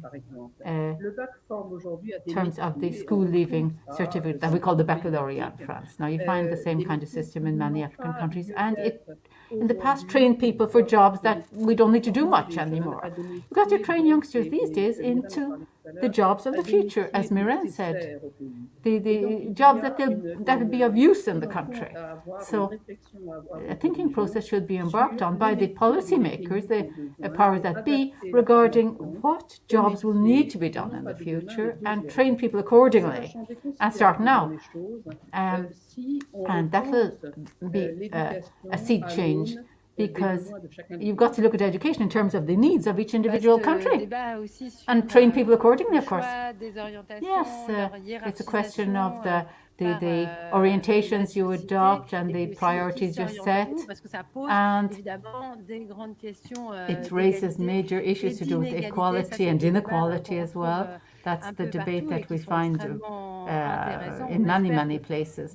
And we would hope that many girls will be able to go forward and pursue the studies they want to pursue, that they have chosen themselves and do the jobs that they'll find fulfillment in. I see Laurence Breton has rejoined us. Laurence Breton, welcome back. And I was going to ask you a question, Laurence. Maybe I'll ask it fast. You probably heard it earlier anyway, on the way in which the NGO activities and the activities of the French Development Agency that you represent, the AFD, how they can dovetail together or be coordinated. Or achieve synergies, as we could put it, if we could use that word maybe. How can we synergize these efforts in the way things are done by these entities in the field and thought through and designed? Obviously, you have a connection problem. You're probably trying to connect up by the look, but you seem to be on the telephone, Laurence. Anyway, we'll ask Myrène Bengoa the same question. How can we mesh together, have national political authorities and local political authorities mesh their efforts with NGOs, local NGOs as well, community organizations? How can we manage to coordinate our efforts? Have you seen that being done with the AFD organization? Yes, of course. There are bilateral institutional organizations like AFD, and then the multilateral ones, like in the United Nations family of organizations. And they, of course, embark on large-scale programs because their resources enable them to enable the NGOs to make some seed changes and document them so that then they can, of course, be given a wider audience. That's the most efficient way of doing things. But we've had these different skills we've seen in the past. And the idea is that different skills exist, but we've got to have a whole chain, a concatenation of entities that will coordinate together with the local communities, of course, with the people in civil society locally, with the women's organizations, the educationalists, the parents, the families, so as to organize things, orchestrate things as consistently as possible, and then offer models that are workable in the different public policies. The AFD and other organizations, financial backers like private foundations, can then contribute very usefully in bringing forth these solutions that have emerged in a given context. I think that's very clear for everybody, says Louise. There are one-shot actions that can be meshed together, but then there's a kind of a general rationale that will require coordination so as to not just provide a little droplet each time, but a whole shower of possibilities that will form a river. And I'd like to go back to Your Excellency again in Togo. You're with us to talk about this community-based approach. That is something that Aide Action focuses on a lot, this community-based approach. It's a person in their community. What does that mean to you as a minister in the government? Thank you for asking this question. The community-based approach, I think, meets in particular the needs voiced by the grassroots population, because all of the actions undertaken, be it by organizations or partners, aim at enhancing the living conditions of our population. And they're the grassroots people that we are trying to address the needs of, and the needs must be expressed by them. That's the community-based approach. You've got to go into the grassroots level to find out what their real needs are, and you've got to give them a say. And the different partners and the government parties will then have to come up with responses that have been, that are responses to the questions raised by those grassroots communities. And that's what we try to do in our public policies here in Togo, in partnership with the different organizations and partners financial backers, donor agencies, and so on. Politiquement, c'est un sacré Yes, truc quand même, politically, parce that's que si vous me permettez, quite ça a veut lot. dire que Really? I c'est mean, it aussi involves quite a lot de because l'action très locale, you're going from a presque de very la local de la level, démocratie it's almost participative. participatory C'est democracy un we're terme talking about qu'on here. a souvent It's something we've entendu heard about en France a au lot local. in the Est-ce recent que past in France. ça And peut s'appeler comme ça pour vous? could we call it participatory democracy then, what you're saying? Well, yes, indeed, that's a good term for it.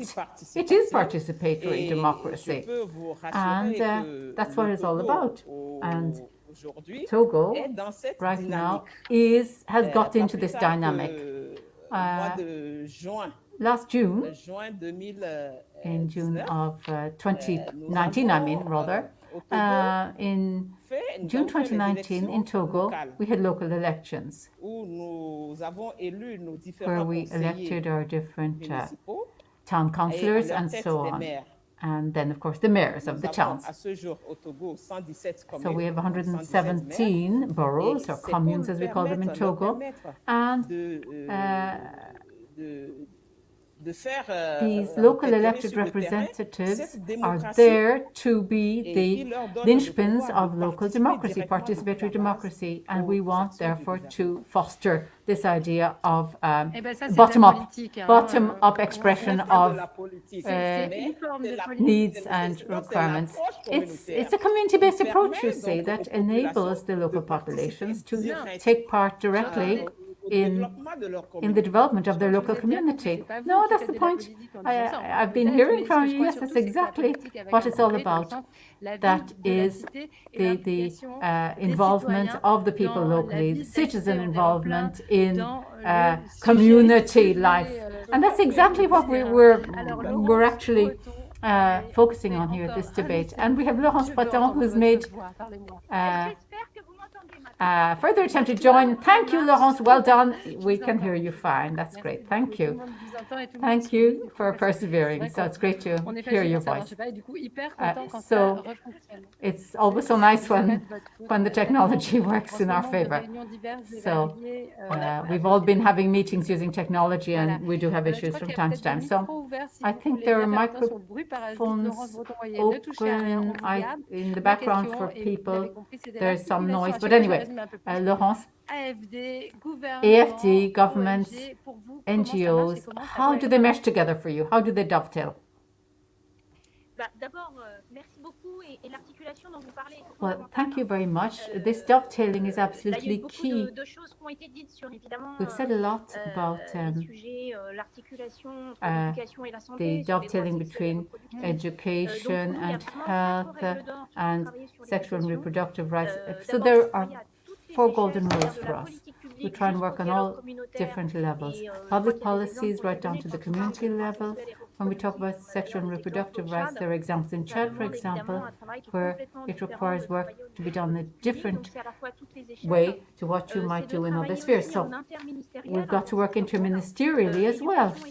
Education and health, there are very correlated challenges often, and from primary education right up to vocational training, we've got to span quite a lot. So we've got to work intersectorally as well. And in terms of innovation, of course, it's of the essence. We were talking about artificial intelligence earlier. For us, education is also a means of giving to youngsters an ability to invent the world of the future. I mean, you know, it's a Millennium Goal number 4, isn't it? So we want to let those young people invent the world, their world of the future. And for us, the last golden rule is partnership. We try and work with the governments, with the Global Partnership for Education that has a whole platform on this with foundations and, of course, leading players, organizations in civil society, EDIAction being a main partner for AFD, of course. And we're working with EDIAction on a project to make it possible to build local secondary schools in rural areas, but also do all of the dialogue that's necessary with the local authorities so as to lift reluctance that might be there, that young girls will be enabled to go and attend schooling in those secondary schools. So civil society has a particularly important role to play in bringing forward social practice changes, and we've got to do that with the civil society organizations locally. And for us, it's really a center stage partnership, this kind of one. We work a lot in the Sahel area in Africa and Mid-East with Syrian refugees, even in Lebanon too, where we sometimes have difficulties in working with public institutions. And that's when the institutions from civil society actually step in. And for us, partnership is of the essence. We've got to work on all these dimensions at the same time. Well, as you're with us, I'll ask you another question, and then perhaps let our other invitees react as well. Aid for education. It's not just schooling, it's also about what revolves around education in people's lives. You're defending values like equality, quite simply, as well, and values to do with emancipation, empowerment.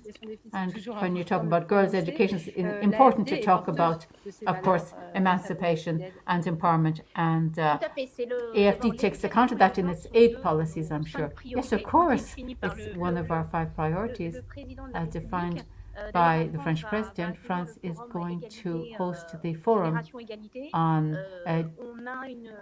generation and equality. We have a strategy on gender that's going to change, and we want to kind of espouse the whole ideas of feminist democracy, and we want to make for gender equality in education. It's 85% of our projects, actually.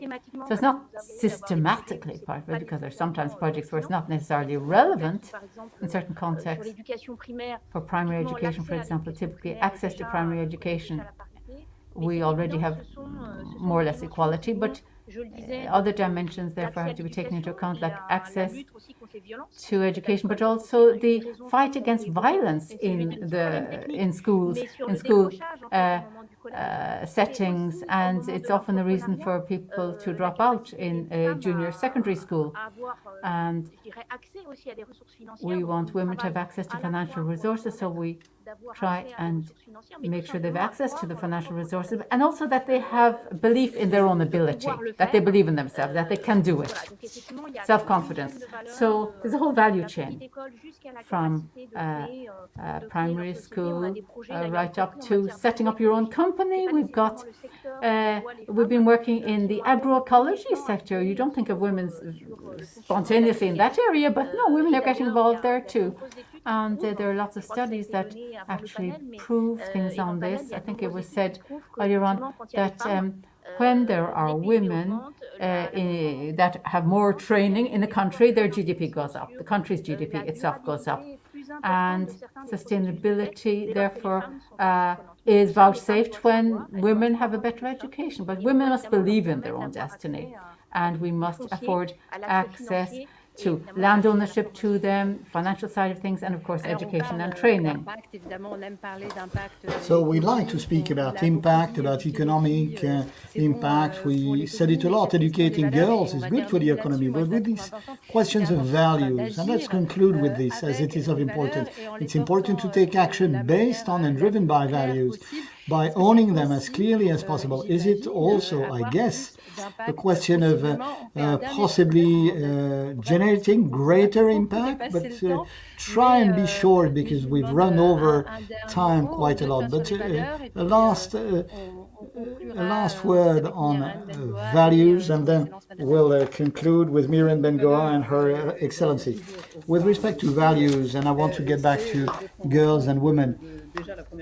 Number one, we account for 52% of humankind. This is the first notion of values, social values, sociological values and economic and financial value. So the world needs to acknowledge this. With respect to Africa, there's one thing today which will help advance the African continent is the help and support to business entrepreneur women. Madame de Schwin mentioned that. It is of a great necessity to support women entrepreneurs, as many of them have lots of projects and initiatives on education. So it's a virtuous cycle and an ecosystem in which women are very much present in order to foster a more well-balanced world. Miren Bengoa. Yes, let me pick up and say that we have to keep pushing. We are in a transitional situation between a poor year and possibly another poor year, 2021, but we need to move forward and be extremely ambitious. Donors have to be ambitious in the donations they make, the amounts they contribute, and the flexibility they give to organizations, because the structural issues we've been observing is that NGOs have been weakened by the crisis, not being able to deliver services to the most vulnerable populations. And in this respect, it's of great importance to keep the course. Keep pushing. That's and never give up. That's another good value.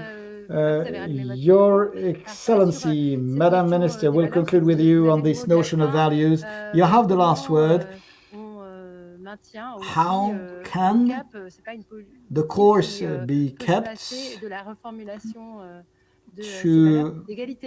so basically these values are a question of equality, right?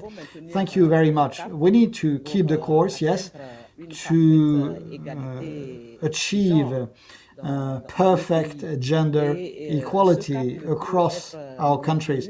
And we can only keep the course if we're able to implement the appropriate policies and the right level of support to be provided to girls and women by raising their awareness to assert themselves and to gain and develop leadership. And young girls need to learn how to nurture excellence and gain this capacity of leadership. And in Togo, women entrepreneurs get support across their activities in the farming area as well as in the private sphere. And with respect to the private sector, the Togo government set up a minister dedicated to so-called financial inclusion. And this ministry focuses largely on women entrepreneurs. So gender equality needs to be achieved. And in Togo, this is being done via the policy implemented by the head of state. And we have more than 30% of women on the government. So equality and gender is currently being achieved in Togo. Thank you. I would like to thank you all of you for contributing today, despite some technical issues, but we did hear you well. Thank you for the concrete examples you reviewed. It's always of great interest to hear field examples, knowing that you can go to the Aide and Action website when you can access to information from your various organizations. Now, let us yield to Denise EPOTE, who will give her concluding remarks. I will let you say a final word now to possibly respond to this panel session. A few words on that, and it is of importance as well that you tell us all why you committed to women education as a cause, because it is a personal commitment. Thank you very much, Louise. Before I speak about my engagement, let me go back to the 4 points which to me come out of this panel session. The urgency to provide high quality education to the pupils, especially girls, to give them a future. The second point is the quality of education, boiling down to three factors: teachers' training, the role and place of digital technology, which is of capital importance, and finally, the optimal conditions to be given and guaranteed to pupils with respect to safety, security, and health. The third and last point is the urgency of reconciling education and training and vocational training to meet the actual needs of countries. And in order to meet all these challenges, it's a question of partnerships, because the governments cannot do it all.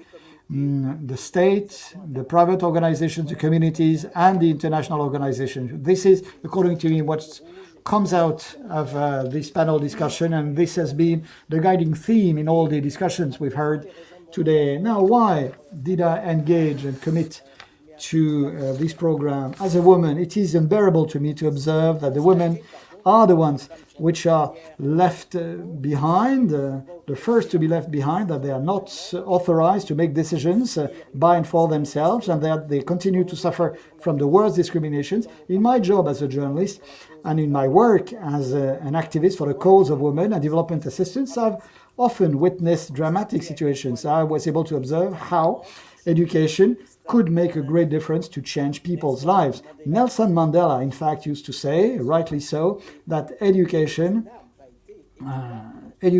is a massive construction weapon. But before him, Abraham Lincoln stated that if you find education is too costly, then try ignorance. So we need to engage in front of the crisis. I'm convinced that we need to educate girls and women, because they will change the world.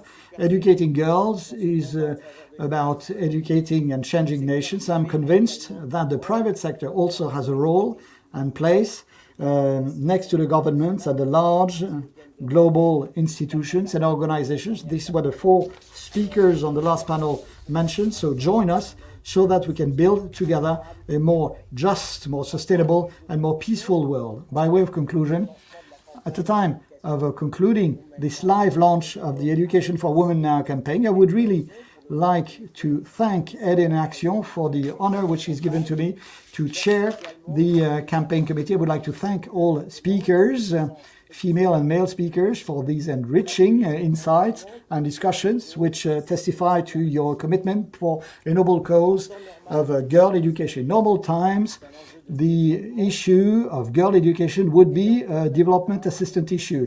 It is all the more so in the current health crisis period that we've been under for the last year, because all national policies have been greatly impacted by the financial and economic consequences of this pandemic.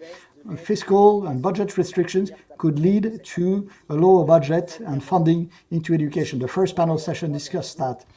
And in fact, 214 million children are out of school today because of schools closing. 66 million children would be in dire poverty situation. So the promise of guaranteeing education to all children, which have been made in international conference, has all chances not to be achieved. So if we don't fight discrimination against poverty, which impacts the lives of girls and women, we won't achieve the Sustainable Development Goal. It is urgent to make sure that the girls, which are the most vulnerable, can go to school instead of staying at home. And we discussed this in the second panel. Go to a school which provide the right level of protection, security, respecting privacy and propriety. What's important is that the girls can make their own choices to get a job and a training so that they can get a job. This should be a national priority for all, as well as at the core of all organizations' agendas like Aide en Action, so that all girls, irrespective of their situations, can go to school, can stay in school, and become autonomous citizens. Thanks to education, women improve their income by 10 to 20%, which contributes to impacting the GDP of a country. However, the consequences of girls being out of school are multifaceted. Lower statutes, and Stendhal used to say that the mission of women to to get gender equality would be a noble mission and would double their possibilities to happiness and welfare. Other impacts are poverty, development impacts, impacts on health, and impacts on their surroundings. But it's not a question of sending girls to school. We need to focus on the contents of the curricula so that they are citizens which are conscious and aware of their powers and their rights. For all these reasons, we need to continue to commit and engage by supporting the Aide en Action activities and initiatives across countries in Africa, in Asia, and Europe to guarantee an education to 3 million girls. Your help is precious. Do commit to promoting this education for all. Thank you. And I would like also to thank you in turn, Denise EPOTE, for these concluding remarks, this message. Education of girls is now, and these were the concluding remarks. And I believe that your very loud and clear message will be heard, I hope so, by all. I would like to thank all participants, all speakers across the world. I would like to thank the Education for Women Now campaign committee members. I want to thank the technical teams as well.